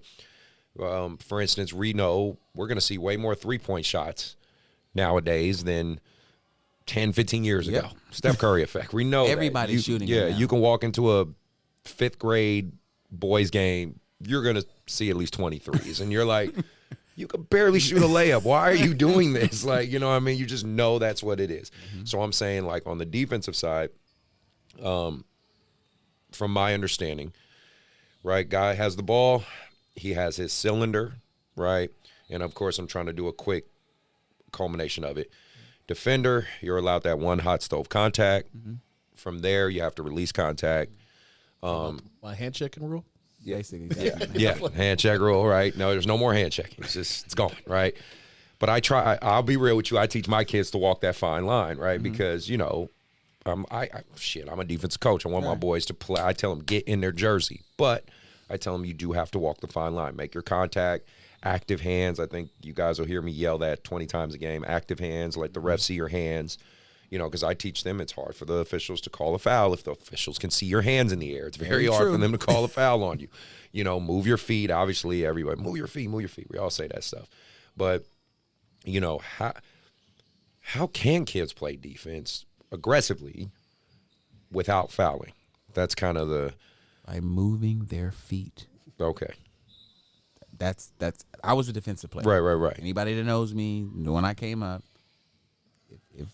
if I could get my paws anywhere around it, I'm probably going to get my hands on it, and I'm probably going to knock it out your hand. Right. In some way, shape, or form. Right. So it can happen, but what I see is I don't think players have the same pride in the discipline or the honor in saying, you might have scored on me, but boy, it was hard, wasn't it? You know what I mean? Like you had to work for it. Like, okay, yeah, you got your 20. But how do you feel right now? Took you 40 shots. You see what I'm saying? Like how physically, how do you feel? How's your mind? How's your body? How did that 40 shot? It took a lot out of you, right? Which means you might not have given your team everything you could have gotten because of the work that you had to do. And we don't have the passion anymore. We have the glamour of stealing or dunking. Right. So that's what everybody's always trying to focus on. Instead of just play good defense. Yep. Just move your feet. You know what I mean? You ain't got to touch nobody. Just move your feet. I mean, like I said, show your hands so that we can see it. I always say, I might think that's a foul. Yeah. This, it's very hard for me to think that, you see what I'm saying? Like, I can see these. Yep. These, depending on, I might move and, something might happen. So I think that's the biggest thing I always try to tell players is actually move your feet. Like actually take some pride in saying, you know what, I'm gonna guard you, and I'm gonna make it hard for you. You might score on me because again, you play basketball long enough, you can't stop people. Right. Some people you run up against, it's like, look, you slow him down. That's all you can do. He can go. Yeah, like, right. Sure, That's she all can you go. can do. I Yeah. can't do nothing.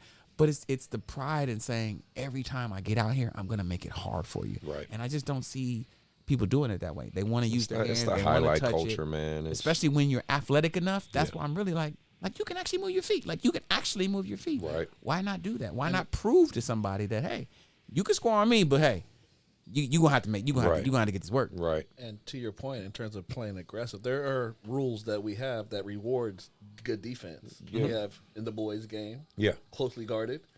Right. 5 seconds within rule. 6 feet. Yep. You got 5 seconds to get rid of the ball or whatever the case may be. And then I never understood this on the girl side in high school. They don't have a 10-second backcourt. Yeah, you're Okay? you're right about But their that. shot clock is 30 seconds. So if these girls would just play defense in the backcourt and move their feet and don't get them past the division line, by the time they get to the division line, they probably have 5 seconds left to put the shot in. Really. But what they do, they'll grab and hold and reset the shot clock and all that. If they just play discipline and move their feet, they won't have much time. They'll probably get shot clock violation every time. And that's why I'll teach my kids, be arm's length away. That's what I always tell them, be arm's length away because, I tell them, I say, listen, if you the referee isn't going to have a measuring tape and measure 6 feet as you're, But as the you're rule playing. book does tell us what 6 True, feet is. true. Yeah. It does. You're right. Like I said, but we be inconsistent about applying it. You know what I Yeah. mean? But it does say from the front foot to the front foot of the of the offensive player, that distance. I mean, no, I it gives totally us agree. it. We just be like, I don't see it. Exactly. And that's why I tell my boys, get your hand up, be arm's length away, because it's again, I try to eliminate arguments, right? That's my philosophy. So it's like, it's very hard to dispute with me if my kid is 6 foot, if he's literally like this playing arm's length away. But like, because I'll say, can I get a 5? Are you counting 5? Like I'll say that to it. All right. Because sometimes I'll just see him standing there like this, right? And my guy's up there playing defense. And when it's a dead ball, I say, excuse me, are you counting 5? Like I say, because you could be counting in your head. I don't know. And it's supposed to be a visual count. And I'm just like, to let you I know. don't want to assume. I don't want to disrespect you.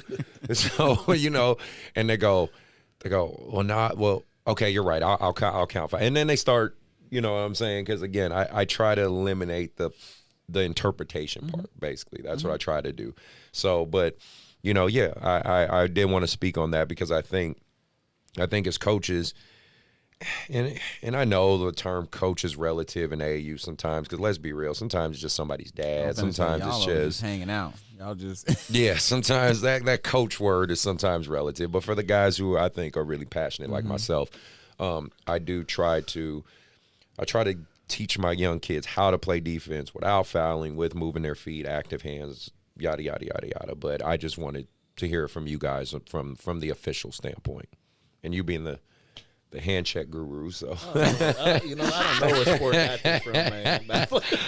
just an example, y'all. It was just an example, man. I could pick on myself next time. Last term before we move on to other stuff and all that. Elephants and ants. You must have been talking to an official because you coming up with all kind of phrases that Great terminology. normally I read the book, man. I actually do read the book. I read the book. I've attended the classes. Tet be trying to get probably Tet be trying to get me the official. He's he is literally like, I Chris, think you need to go out there. I was like, no. You probably would do a decent job, to be honest, because of your understanding of the game. Right. You Well, know? again, that's what it's supposed that's to look why like. very, very, very rarely, and most can ask, whether you hate me, like me, love me, I still think most officials understand, like when they deal with Chris in the coaching capacity, he's not going to make my job very hard. He is going to challenge me if I'm wrong on something, or if he sees something. Like, yeah, I'm going to have some questions, but I'm very rarely going to get on the officials. I'm always going to get on my kids. That's my job. Get on them. You know what I mean?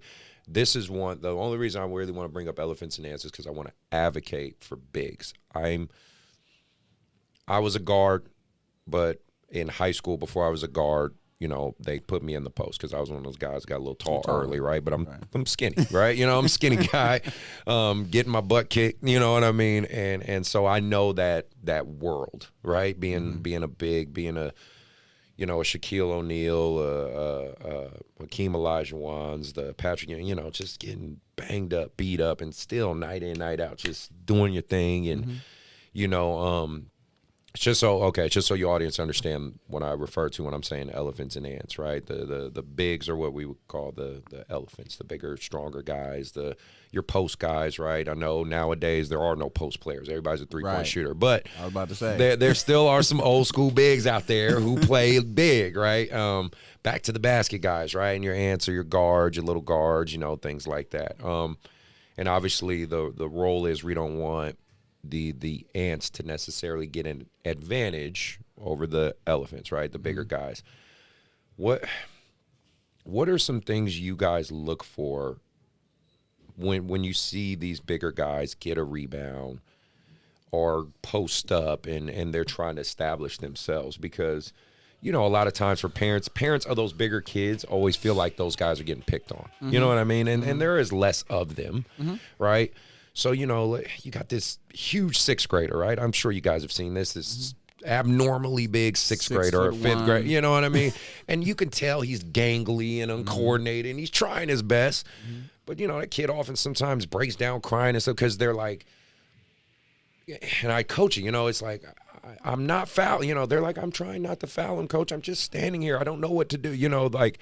Speak to that parent. Speak to that kid. What can they do to help themselves? You know what I mean? In the midst of a game or things like that. Again, this is something we can improve on. We do have some opportunity to let the bigs play big. Kids, definitely it's our responsibility to referee the defense.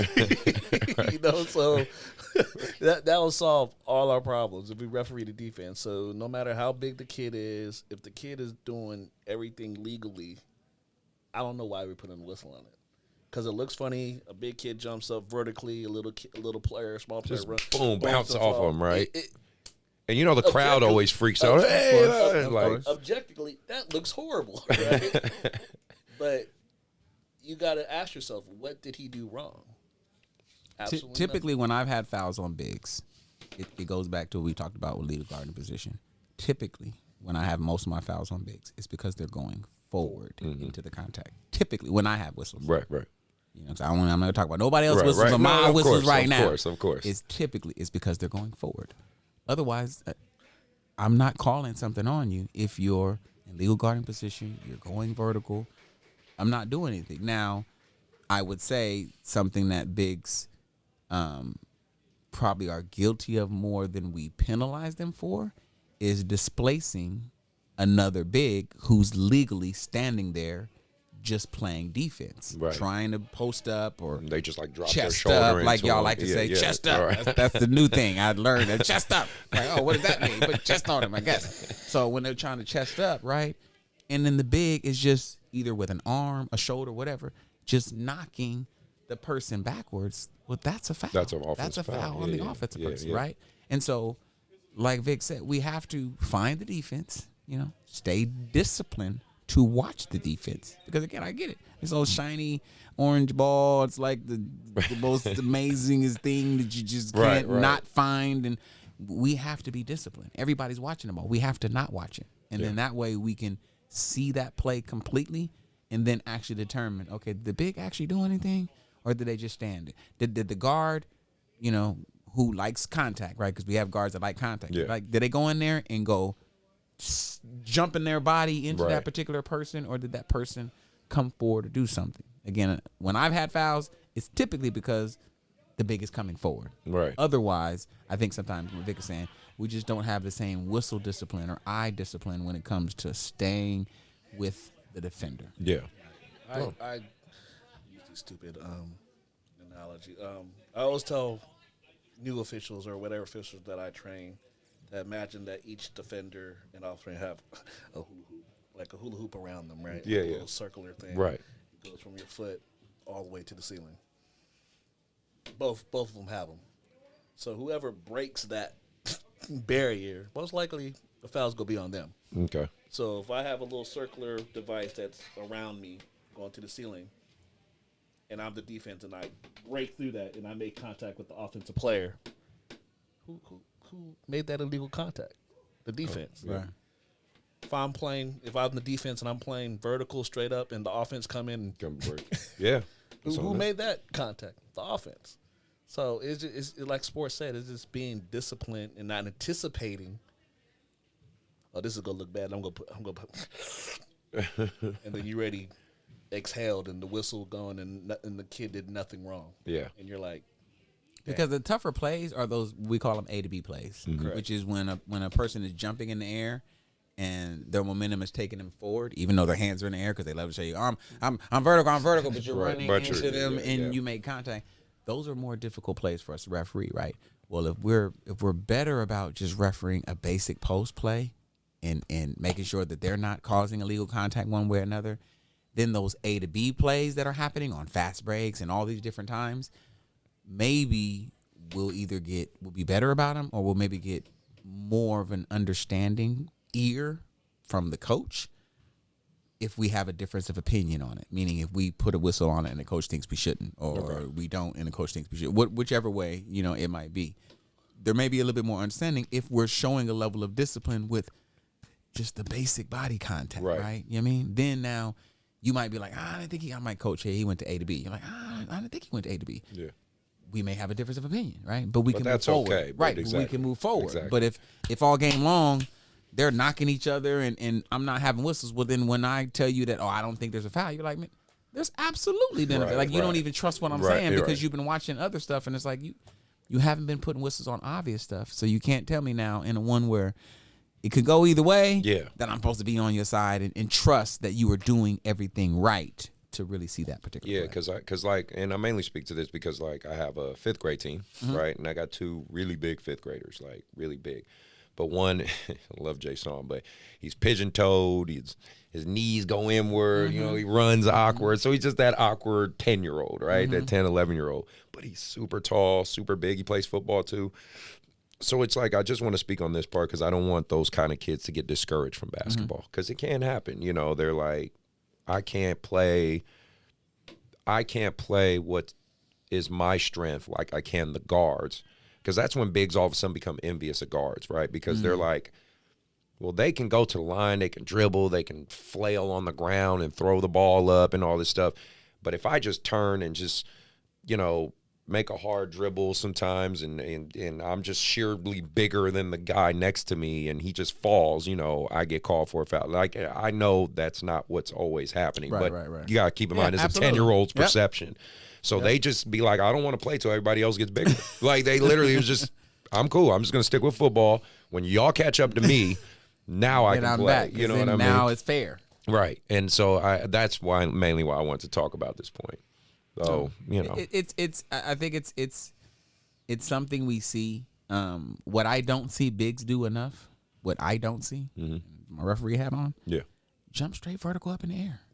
Like, if you're a big kid, you get even bigger when you jump straight up in the air, especially when you don't try to block the ball. Right. Just jump straight up in the air. Make yourself as long as possible. Like them highlight blocks. Yeah. But you'll take yourself from being in legal guarding position. You'll jump vertically, right? Which the rule book says you vertical floor to ceiling. That's your space. You jump vertical, right? And then what? You should go to block it. You know what I mean? Like, you did everything right. And now you're going to go try to block it instead of just make them shoot that shot over top of you. Make them throw up something that happens to magically go in. Have them do that 10 times a game. I don't think they can, right? You're right. But instead, you jump up and then you go, and now you're trying to block it. So now we call a whistle and you're like, and I'm like, why did you move your arm in that direction? You did everything. You did everything right to that last second. Yeah, you were fine. But again, there's this. It's the being recognized for stealing the ball or blocking the ball. There's always this desire to have to be recognized for something instead of just being disciplined and appreciate. Like, when I was taught, like, the trap is not for the people who trap to steal the ball. It's for the other people. The next pass, the next. So you just supposed to stand. You're not supposed to try to steal the ball. You're supposed to just protect it and prevent them from seeing a good pass. Because when they throw it, then your teammate goes, Thank you, Deion Sanders. Now we're Right. going to the, you know what I mean? Yep. But we don't see that enough anymore. And now we got extra whistles. And so coaches are frustrated. Oh, I'm just trying to trap. I'm like, then tell them to be disciplined. Yes. Tell them just to come over and just to try to make it Keep your difficult, hands up not and active. trying That's to it. steal the ball, because Yeah. that's what they're doing 90% of the time is You're trying right. to steal the ball. Absolutely. Big, do you have anything to add left for that? Or, 'cause I'm Nah, about to- sport. Boom. Okay. You know, Perfect. sport covered, man. I do, man. I be worried, man. My bad. He's a crew chief. That's perfect. We need that. He's a crew chief. But Yeah. and you've had me before. I don't know if you had me before. Like Yeah, I will yeah. communicate with coaches. Yeah, yeah. I'm gonna come over and give you an answer. Yeah, yeah. I'll explain it to you. I'll tell you what it is. No. I'm not gonna give you a whole bunch of fluff, but hey, look, that one right there, they didn't really establish. Yeah, If yeah. they do next time, then I got you. Like No, I this think is- this is part of what helps is us getting better. But I wasn't always like this. I wasn't always comfortable with having dialogue. One, I had to learn the rules. Yeah. That helped a lot. Right. Once I learned the rules, like, oh, Okay. I got something to say. What do you got a question, coach? Right. I got an answer. Right. Right. And it builds something in you. So then now you're not afraid of that dialogue. And once you're not afraid of that dialogue, now you can actually learn how to do it right. Well, that's why I created this platform, because I want people to tune in. I'm in SAC or wherever. You know, we all are on basketball community here. I want people to, you know, go, oh man, did you hear that episode? You know, that talking with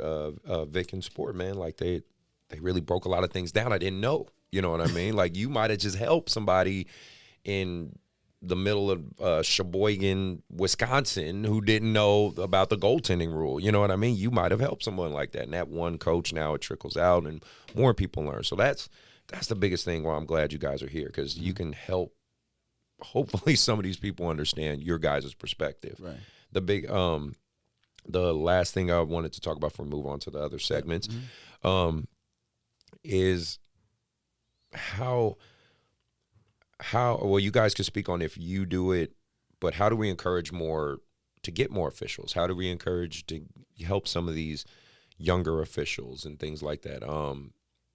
Like one thing I can say I hate, and I'll just segue to this momentarily before you guys answer that, is you know, I've heard coaches be very disrespectful to female officials, and I've personally heard it, and I don't like it. I've cursed out a few coaches, like straight up in the game or after the game. I was like, don't fucking talk to her like that. Like, you know what I mean? Like, it's no place for it.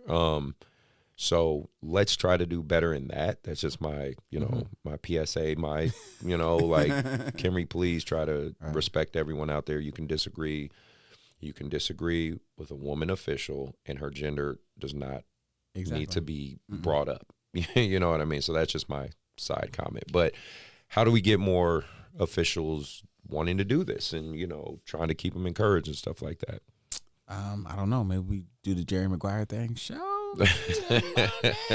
Yeah. Do you guys think officials need to get bumped up? I definitely think pay. Okay. Because I don't, again, I'll go back to what I started earlier. I said, we're people first. I'm Yes. a father. So as a person, you know, a workman is due his hire, right? Yes. You want to be paid adequately for your time. the time and the work and the sacrifice that goes into this. Okay. Absolutely. And so I think pay would help, you know, but I don't think it's only the pay. I really think we need to reach out to younger folks, especially people who have played high school or college, and now you're not. Yeah. Like, you still love it because you probably want to watch it all the time. Yeah. You at somebody's house trying to. Why not come out to the game and actually find a way to give back? You might find that you actually appreciate it. It actually, at least for me, it kept me close to the game. I had the, you know, I'm not gonna talk about a lot of highlights, but I had the fortunate opportunity to referee the Ball brothers. I did the last game, the high school game that they did at Arco, their last one. When they was undefeated that season. Yeah, right? yeah. I've had other games that were more exciting and things like that, and I'm not like, oh, the ball. Being out there, Just the energy. was like, ain't no better place to be than right here on the floor right now. I mean, I'm sure the people in the gym were like, oh, man, this was exciting. For those of us on the floor, I don't even know if I was walking. I was just like skating in the air. I mean, you know, there was an experience. And when you're seeing certain types of plays that happen and you're on the floor seeing them happen, it's just like, ooh, Yeah. wait. And we're getting paid to Yeah, to watch this Like, up and close. best seat in the house game, right? Nice. I mean, we can't do this, but you know how when the players, when somebody get dunked on, they be like this. Yeah, Sometimes yeah. I'm gonna be like, Yeah, I know. He just got you. He just got you. You look at some of those plays, you're like, I mean, you know, it's like, again, we're still fans as well. Yes. Right? Like, we just take a different perspective. You take the bench, parents take the stands, players sit next to you, we on the floor. You know what I mean? Right, Like, we all yeah. just have a different perspective, but we're still trying to do the same thing, which is to create an environment where the players can play, the coaches can coach, and the fans can enjoy the experience. And we can leave without you almost even recognizing that we were on your game. I mean, you do kind of, you had to add that in there. you recognize refs because it's like, you know, I mean, like it ain't a big community of us, right? Yeah. But the greatest feeling is to be able to come in there, leave, and it's almost like nobody noticed me. And I'm like, I did my job. Yep. And everybody's like, man, I enjoyed the game and Yeah. cool. That's it, because that's all people were talking about, the win, the great game that it was, and that's it. Yeah. And that's but again, we play a part, we play a role in that as well. And so we need more officials, younger officials especially. We definitely need females. I mean, again, there's high school have boys and girls, and Yeah. where are all the females at? Because they definitely don't come back. So we definitely need to kind of renew that. Colleges, junior colleges. I mean, there's an effort, on our part to really kind of create our outreach and increase, while we're here on this platform, to increase the space to kind of say, hey, I'm just a regular person. I just happen to have a different perspective, and I happen to have a different value that I bring to the game of basketball. You might have the same value. I didn't want to do this. My mom tricked me, sort of. I mean, she didn't exactly trick, but she kind of stalked me until Right. I was like, if you don't leave me alone, she's like, well, just referee one time, and then I'll leave you alone. And I'm like, if that's what it takes, I'll referee one time. And then like 2 minutes in, I'm like, I like this. She's Right, like, and see, there I've you been go. trying to tell you, and I'm like, Mom, that's beside the point. You know what I mean? So I mean, it you don't know until people get in it, but I can assure you, it's probably a lot more enjoyable than you think. And if you have an opportunity to get some training, or you know what I mean, you don't get lost in the shuffle, you get around folks that are going to help you. They make the experience so much more enjoyable. It's like the first step, if you guys would say, like the first step, well, it's just saying, hey, you wake up and you're like, I want to try it out. Do you think they should like go to a rec level first, or start with younger kids, kind of work their way up, or a combination of Depends. like Yeah. It depends. Okay. You can go wake up one day and go AU and say, I had somebody did AU, I'm never coming back. wow. Okay. And I was like, what happened?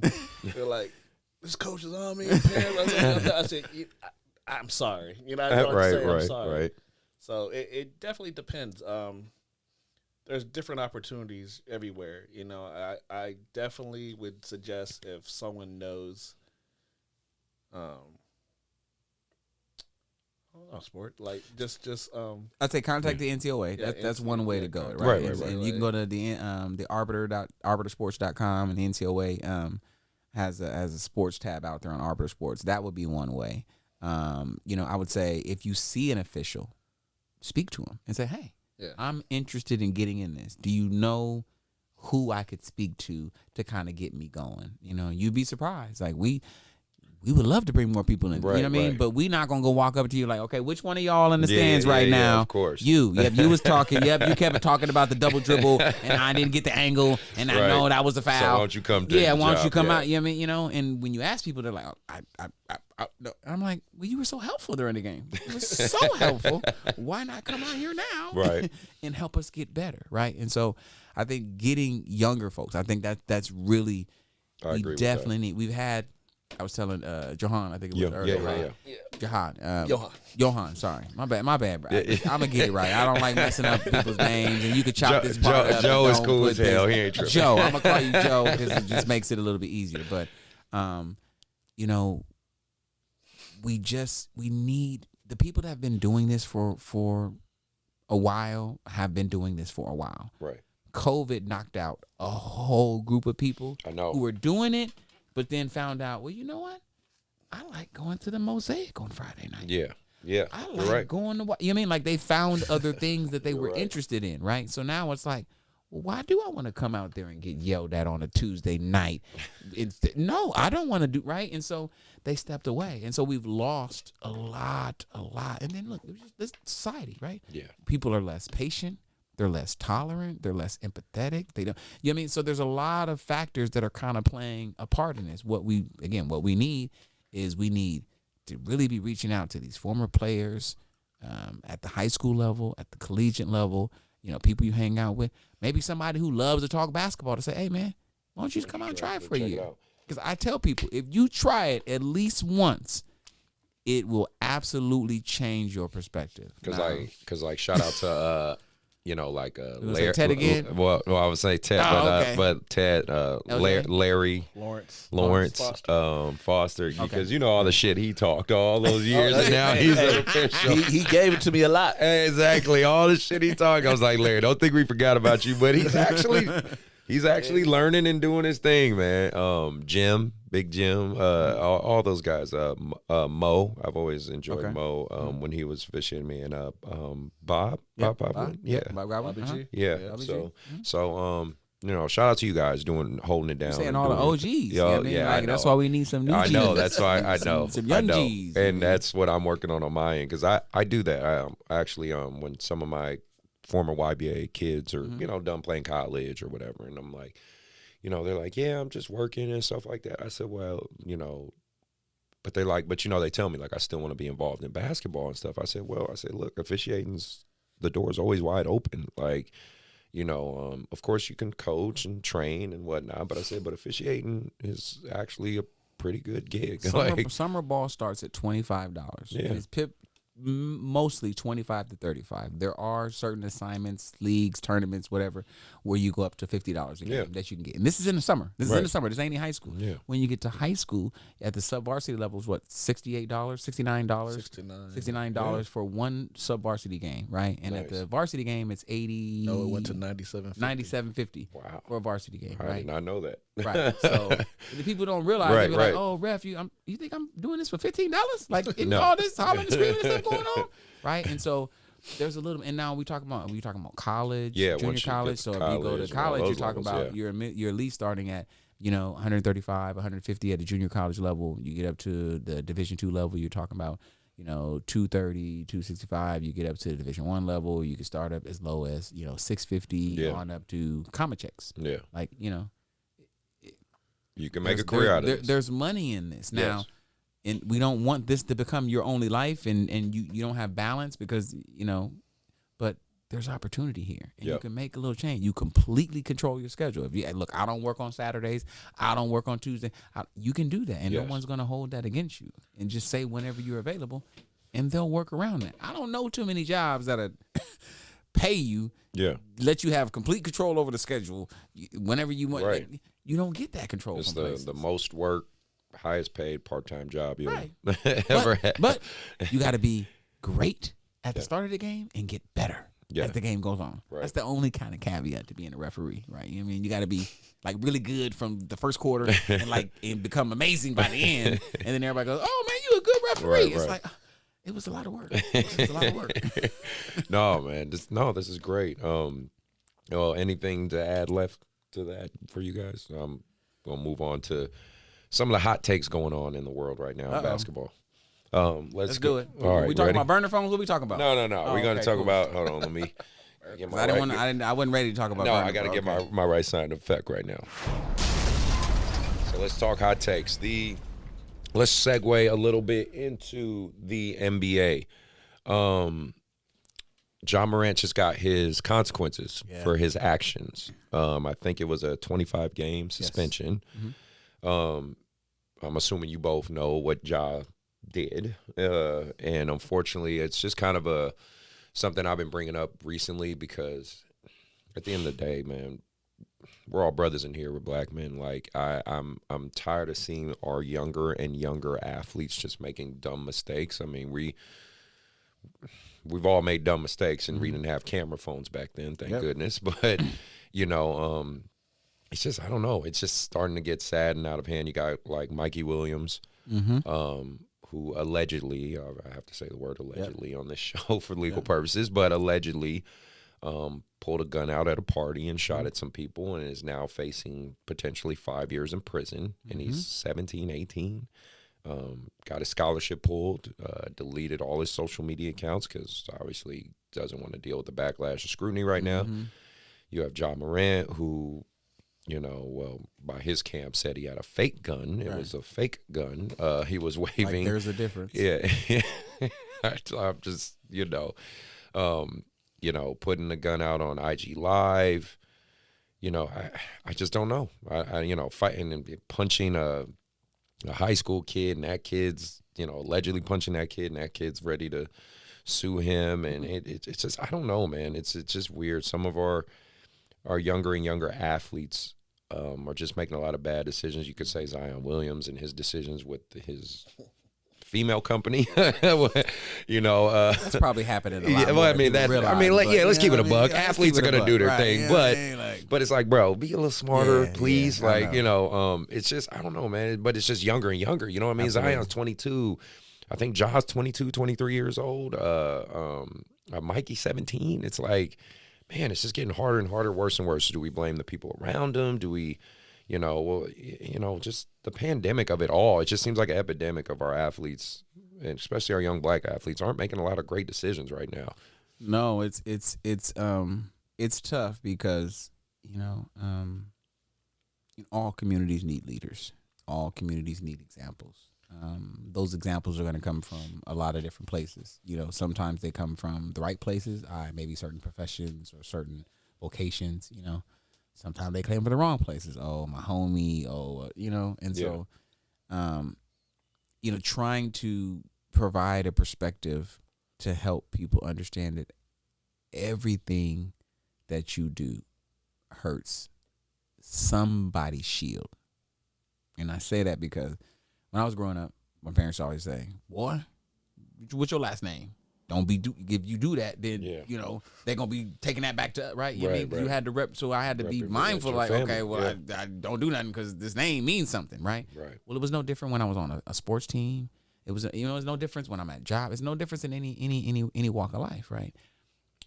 We have to understand that, being a melanated man in today's world, there's a badge, and everything you do has an impact. Now, you don't, answer all the calls and dreams of everything, but at least for the space that you have in life, for the what they call platform, or for the space that you have, why not try to do something that's worth something with that space?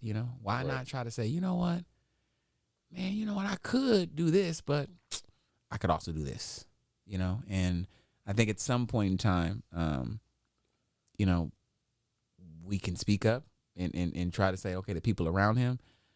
But at some point in time, like you were taught right and wrong when you was little, right? Yes. At some point in time, we all know when we're doing something right or wrong. It's a choice that we're making, and we just have to be mindful that every decision that we make is impacting somebody's shield. And that shield might be, melanated people. That shield might be, your school, your AAU program, your family, whatever it is, it's impacting something. So let's try to be mindful of that, Absolutely. What about, you got anything, Vic, on just your outlook on all this? It's like it was a toy gun. It wasn't real good.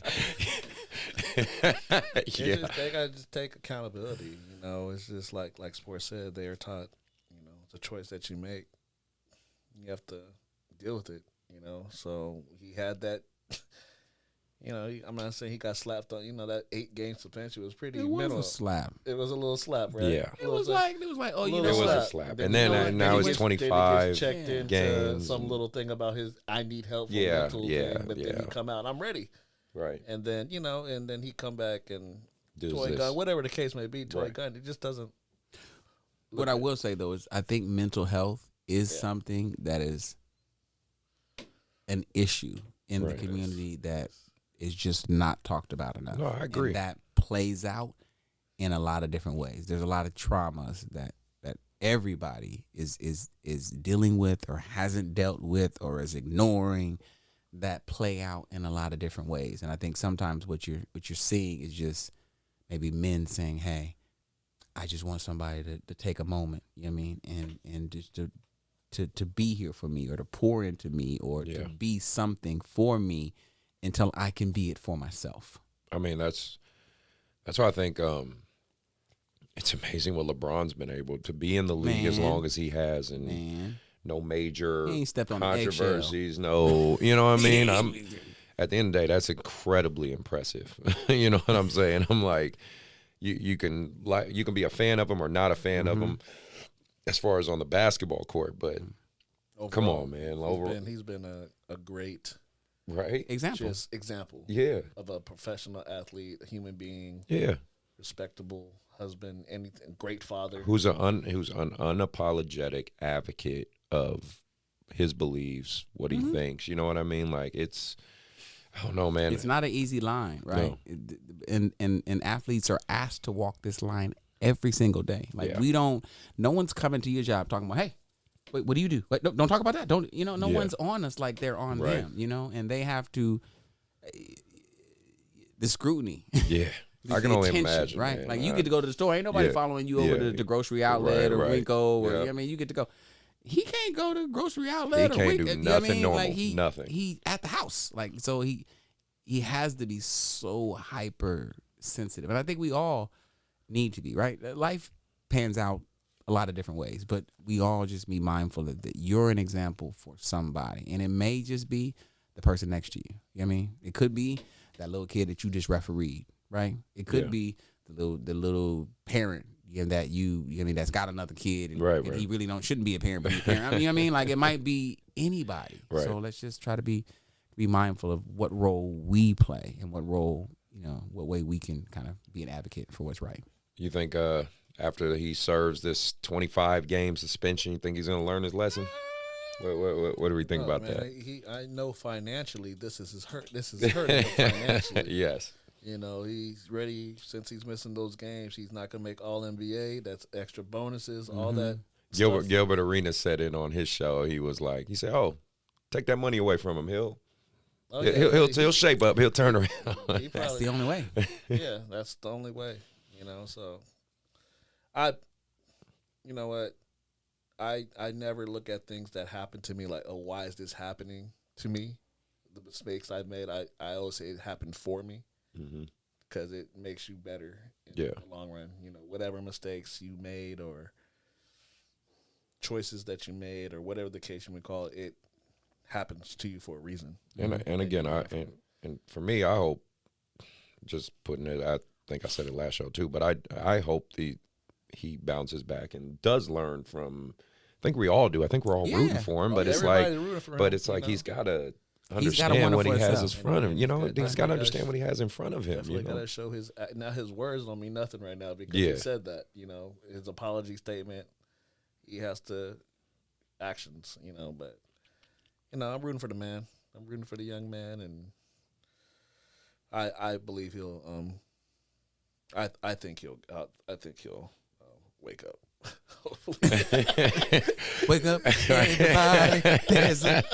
You're losing. My bad, man. No, you're fine. His father needed to be like, "Yo, what are you doing?" Yeah, I know, right?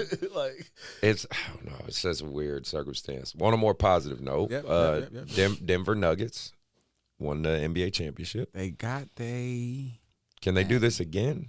What do you guys Absolutely. think? I think they can too. What about you? I'm a Warriors fan, by the way, so just so y'all know. They got a fresh coach that's down. You seen them at the parade? They used to be the Kings coach. Right. Kings coach. Could have been the Kings parade. Right. But anyways. Hey, Mike Brown did a good job. I'm just saying. All those guys are young and under contract. I know. As long as there's no injuries, and they're going to be tough. How crazy is it, though, like a guy like Jokic? So what I find fascinating even more so with Jokic, and this is just kind of circling back with him. This is my last NBA topic, but I think it's just cool having you guys to see this perspective, because you guys got to see this. So it's just what I'm going to. So like with European basketball, overseas basketball, and what they teach out there, right? If a kid is very, very advanced, like a Jokic, Ricky Rubio, Luka Doncic, all them, do you guys know what they do with the more advanced kids? They play them up. Okay. They say, oh, you're 14 years old, you're 13 years old, you're 15 years old, you're killing it. Oh, time to go play with the grown men. You know what I mean? Like, I had Paige's son on the show. Oh, Andre Stojakovic. Andre, We talked about that. He sent during the COVID, he sent Andre to Greece to play against the professional national team all summer long. He had only played his first year of like really super competitive AAU last year with the Compton Magic. Yeah. Prior to that, he had him playing against professional athletes. Okay. Right? So that obviously Right. geared him ready for that. In our AAU culture, though, in our basketball culture, we're doing the opposite. We are holding back our kids. If a kid is killing it at 6th grade, what sometimes we see parents do, oh, I'm going to put him in 6th grade again, or oh, he's killing in 8th grade. It's really bad in 7th and 8th grade, like really bad. I'm talking there's 16-year-old 7th graders out there. It's pretty bad. Yes. Yeah, it's pretty bad. I'm telling you, especially at the top level. So I'm taking my 6th grade team to Ohio for the national UA Ohio, tournament. by the way, Oh, so nice. yeah, Okay. man love. We're going to I think I heard this. it's like 40 minutes away from Cincinnati. Is it Rock Hill? No, not South Carolina. Crap, I cannot. Hamilton. Hamilton, there. So we're going there. If I showed y'all videos of some of the kids that I know we're about to go against from like Team Trill and Austin Select and all, I mean, these kids, they not 12. Let me just put it like that. They are definitely not 12. And I don't know, in America, we have now this weird basketball culture of when a kid's really good, let's hold him back for a year or 2 years and all this crazy stuff. But right now, arguably one of the best players in the NBA, being Joker, he's actually very young. He's not, even though he looks kind of like a 30-something-year-old, trucker, like, but he's actually, I think, like 24 or something like that. He's really young. And he's been playing against adults and professional athletes since he was like 15 years old. So I don't know, is that the right way to do things? This trend of holding kids back, it doesn't yield a lot of positive results. It's not like you look at the top NCAA players, they're all like these holdbacks and reclasses. That's the proper term to use, reclass. Yeah. I'm saying they hold them back so they can. I want to understand why they do it, so they can get scholarships, or that's supposed to, like, because once they get to that next level, they're back at the bottom. It don't matter how old you get. You're gonna be 16. You're going to get some older guys. So I don't know how. I don't understand the logic either. I mean, my guess would be it's about opportunity, right? They figure if there's only so many bites of the apple, right, to give you the best opportunity to get the biggest bite, then if I know there's other people who take really good bites of the apple that's in the same contest you're in, well, maybe you might want to play against these other people who don't bite the apple as well. Right. You know what I mean? I guess that's the thought behind it. But again, the message, right? The message that you send. Sport's more important than academics. Yeah, and so then once they get to Vic's point, once you get to finally where you're supposed to be, I'd almost say you're a little behind. You're right. Yeah, I mean, because you were ahead at first, but then you hold back, and then by the time you get there, well, then you're behind because these people been doing what they've been doing, playing at higher levels, challenging themselves in ways that you haven't actually been challenging yourself. And so, why people do it?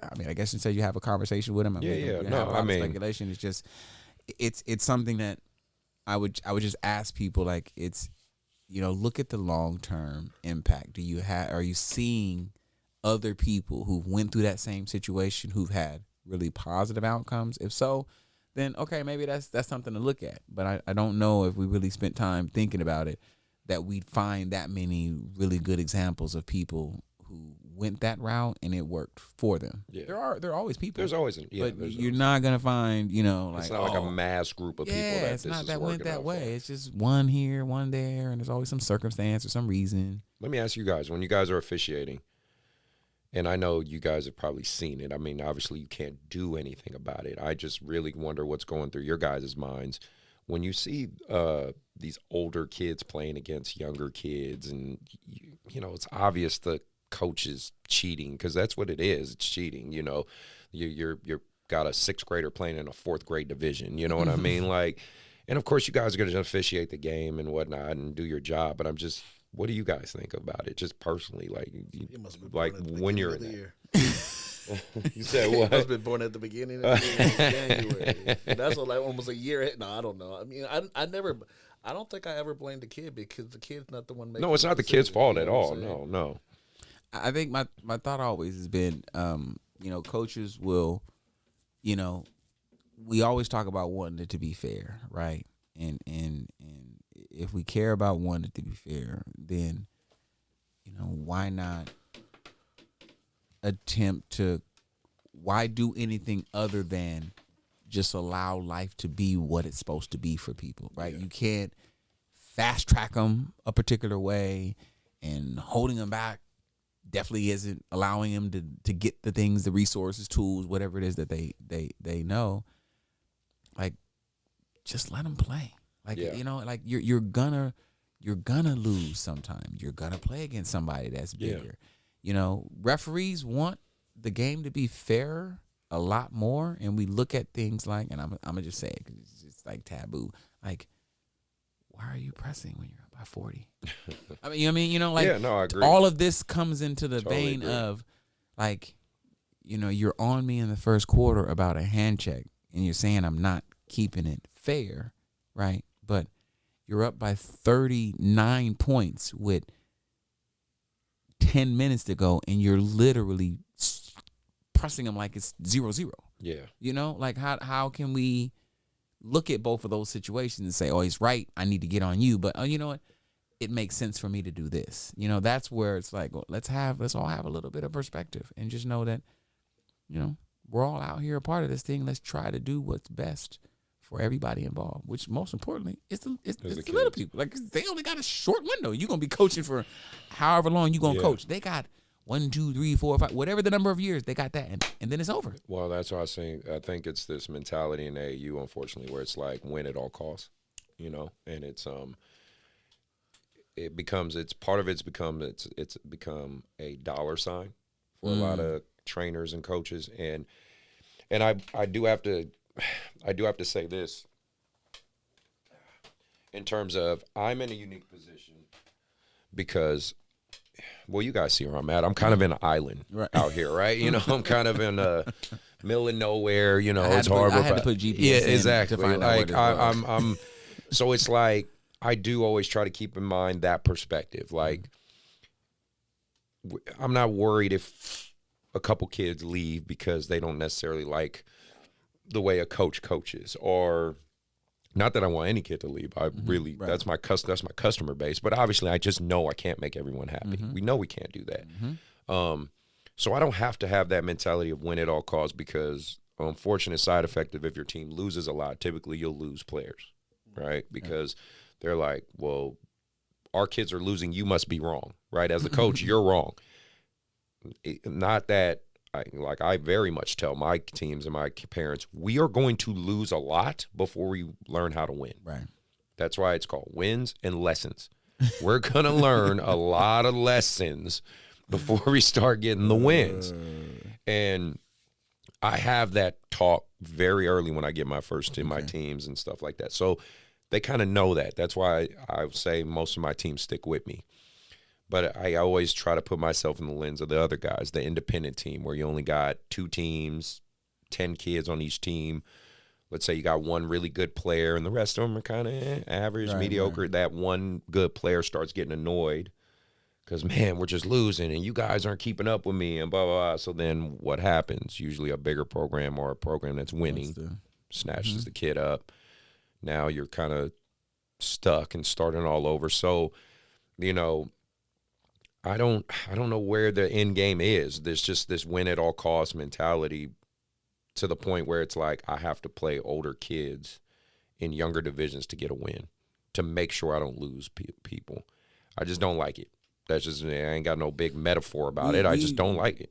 I would say referees, and again, we're there just to referee. So we really try to think about it a lot, but we want the game to be fair as well. And trust me, we take no enjoyment out of seeing a person who's clearly older, grades high, whatever you want to say it, just dominating, and then really if they're doing it in a way that doesn't show a level of humility, then it's really like, well, hold on. Like, well, my thing is, how does that help the kid? You could easily be dominated. Yeah. You clearly are.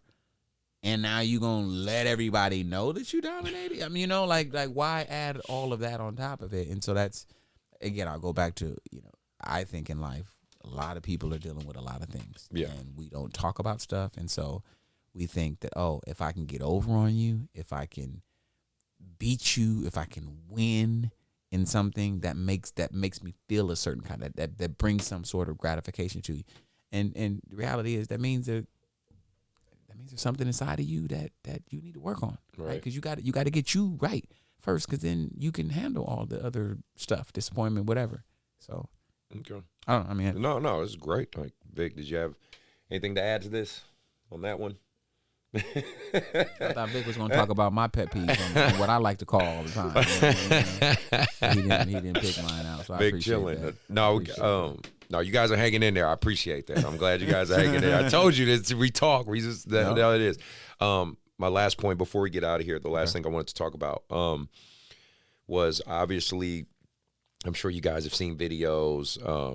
I've seen videos. I've talked about it on numerous occasions of parents, coaches, officials getting into physical altercations, fights, just straight up fights.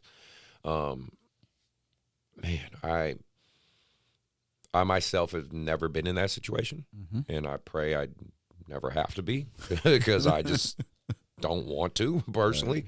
And I don't think it never needs to really come to that. You know what I mean? Honestly, like, again, we could disagree, but it's just, I don't think it has to come to, especially when we're there for the kids. You know what I mean? It's just the message. That's just not the message I want to send to the kids I coach, nor my program. I just don't want that message out there. I'm just curious your guys' thoughts on it, right, wrong, and different. Obviously, to me, it's all wrong. Parents, officials, and coaches, we don't need an adversarial, combative atmosphere. It doesn't but help anybody. You know what I mean? Just your guys' thoughts on all that. We've got to find a way to kind of come together. I'm always of the mind that referees are always going to be looked at as the bad guy, the villain, regardless of whatever we do, right? Like, you can walk up, slap me in the back of the head, and then I turn around, you know what I mean?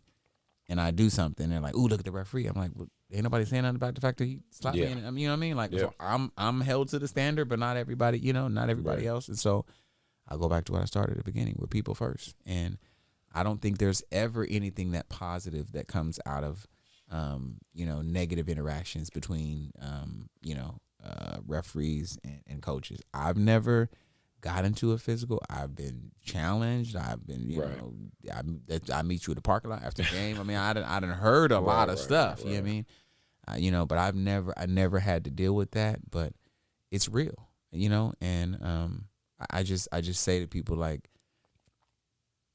we're here giving up time because we care.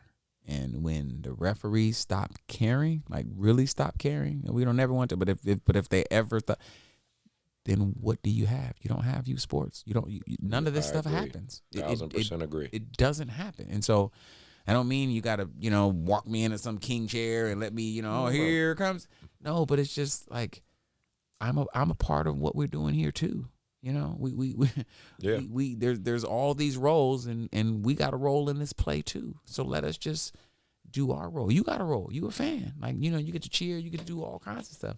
Let us all just do our part and understand that I don't ref in the NBA, and if I did, you probably wouldn't be seeing me refereeing. I mean, you probably see me at your son or daughter's game right now. So, yeah, I'm probably not as good as those people. So, like, you don't want to come do this, but but you can't complain about it. Right? It's like, come on, let's have a. I get it. If I'm stinking up the place, I understand frustration, 100%. And sometimes we have tough days as referees. Sometimes we have a tough game, and it's like, man, I need to get through this because I'm just not seeing it. It ain't clicking like it needs to.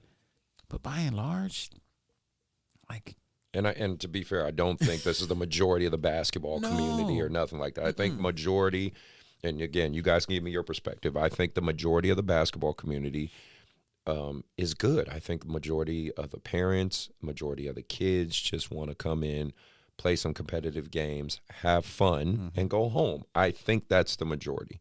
Again, Vic, if your experience is different, you let me know. But I think that's the majority. But I just, speaking on just the violence of it, because you see those videos, you see and it's just it's sad to see, and I don't like that for basketball. Like you said, internet's everywhere, and it might be embellished a lot because they show more of the negative than positive stuff in the internet world or social media. But I just realized that, like Sports said, we're human beings too. We don't, and a lot of us take it serious. Like we go pay lots of money to go train and because you guys get to train or typically take the training, the classes. Then I mean that's the minimum for our association. Yeah. But if we want to go to that next level, we go to camps, and some of those is $400, $500. Yeah, you're investing in yourself, right? Investing in yourself to get better. And come out here. We don't come out here for the most part, I don't think we come out here to say, I'm just going to go just be lazy at this game. No. But we understand that not every referee is going to always give, of course, 110%. We should. Excuse me, sorry. But it just doesn't happen. Yeah.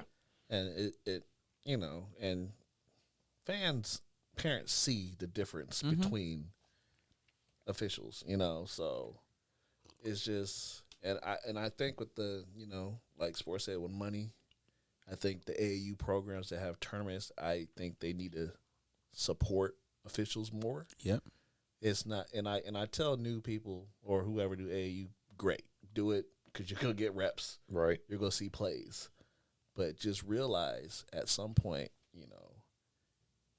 it is the fan base, the customers is the one that pays the bills. Mm-hmm. So, especially if you have a YBA program, I'm not saying you guys do it, 75 teams come to a tournament.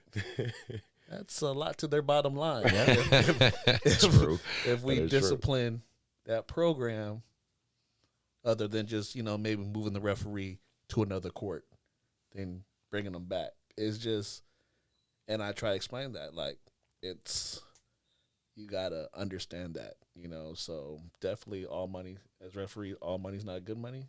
We are independent contractors. We select what we want to do. I say for the most part, you don't see me that much at Hardwood or places, because if me and Sport do work 1 or 2 games and we're actually working, a little tired, doing it the right way, right? Unless I want to go to Hawaii one day, maybe I'll kick in some more games. But Hawaii was cool. I was there earlier this year. Right. It was solid. But it's just, I think more support with these AUs, if they support the officials a little bit more and show that it's not tolerated, I think it will be more security. We've got to be better too. Yeah, absolutely. We have to be better. We got to stop doing the whole "I'll take 10 games," correct, each day, and that. But again, this goes back to the numbers are low. Yeah, and you're trying to pull blood out of a tournament. I mean, and we need officials. We need officials. I don't think we need officials, whether they're young, they're old. Yeah, we need you. Yeah, so many tournaments on the weekend. Like, people don't understand. Basketball is so big now. I mean, think of our area, just Sacramento. They don't understand that they're getting the referees from the same pool. Like where they just go drop out of the sky. I have a tournament coming, and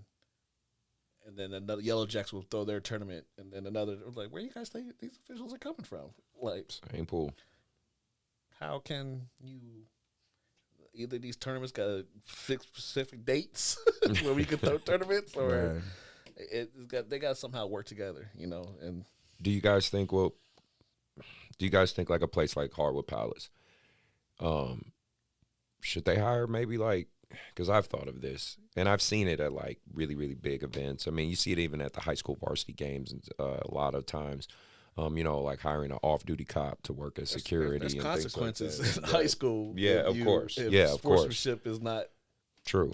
So I'm just saying, if they had a presence like that in just in the building, do you think that would help, or it just kind of just is incumbent upon everybody working together? I don't again, because I think the impetus behind why people are reacting the way they're reacting is not because there's not an officer standing right there. You know, like their behavior is going to be their behavior regardless. Now they probably might not, you know, try to fight the referee. Be so quick to it, I guess. Yeah, you know what I mean? Right away. Like they might, you know, walk around. I mean, you know, walk to our cars. Yeah, exactly. Let's wait till. You know what I mean? You know, but so I think there's that, but it's just again, we live in a space now where people don't take the time to think about things from someone else's perspective. We only look at it from what it means to me, how it makes me feel, how it impacts, whatever that is. We don't say, you know what?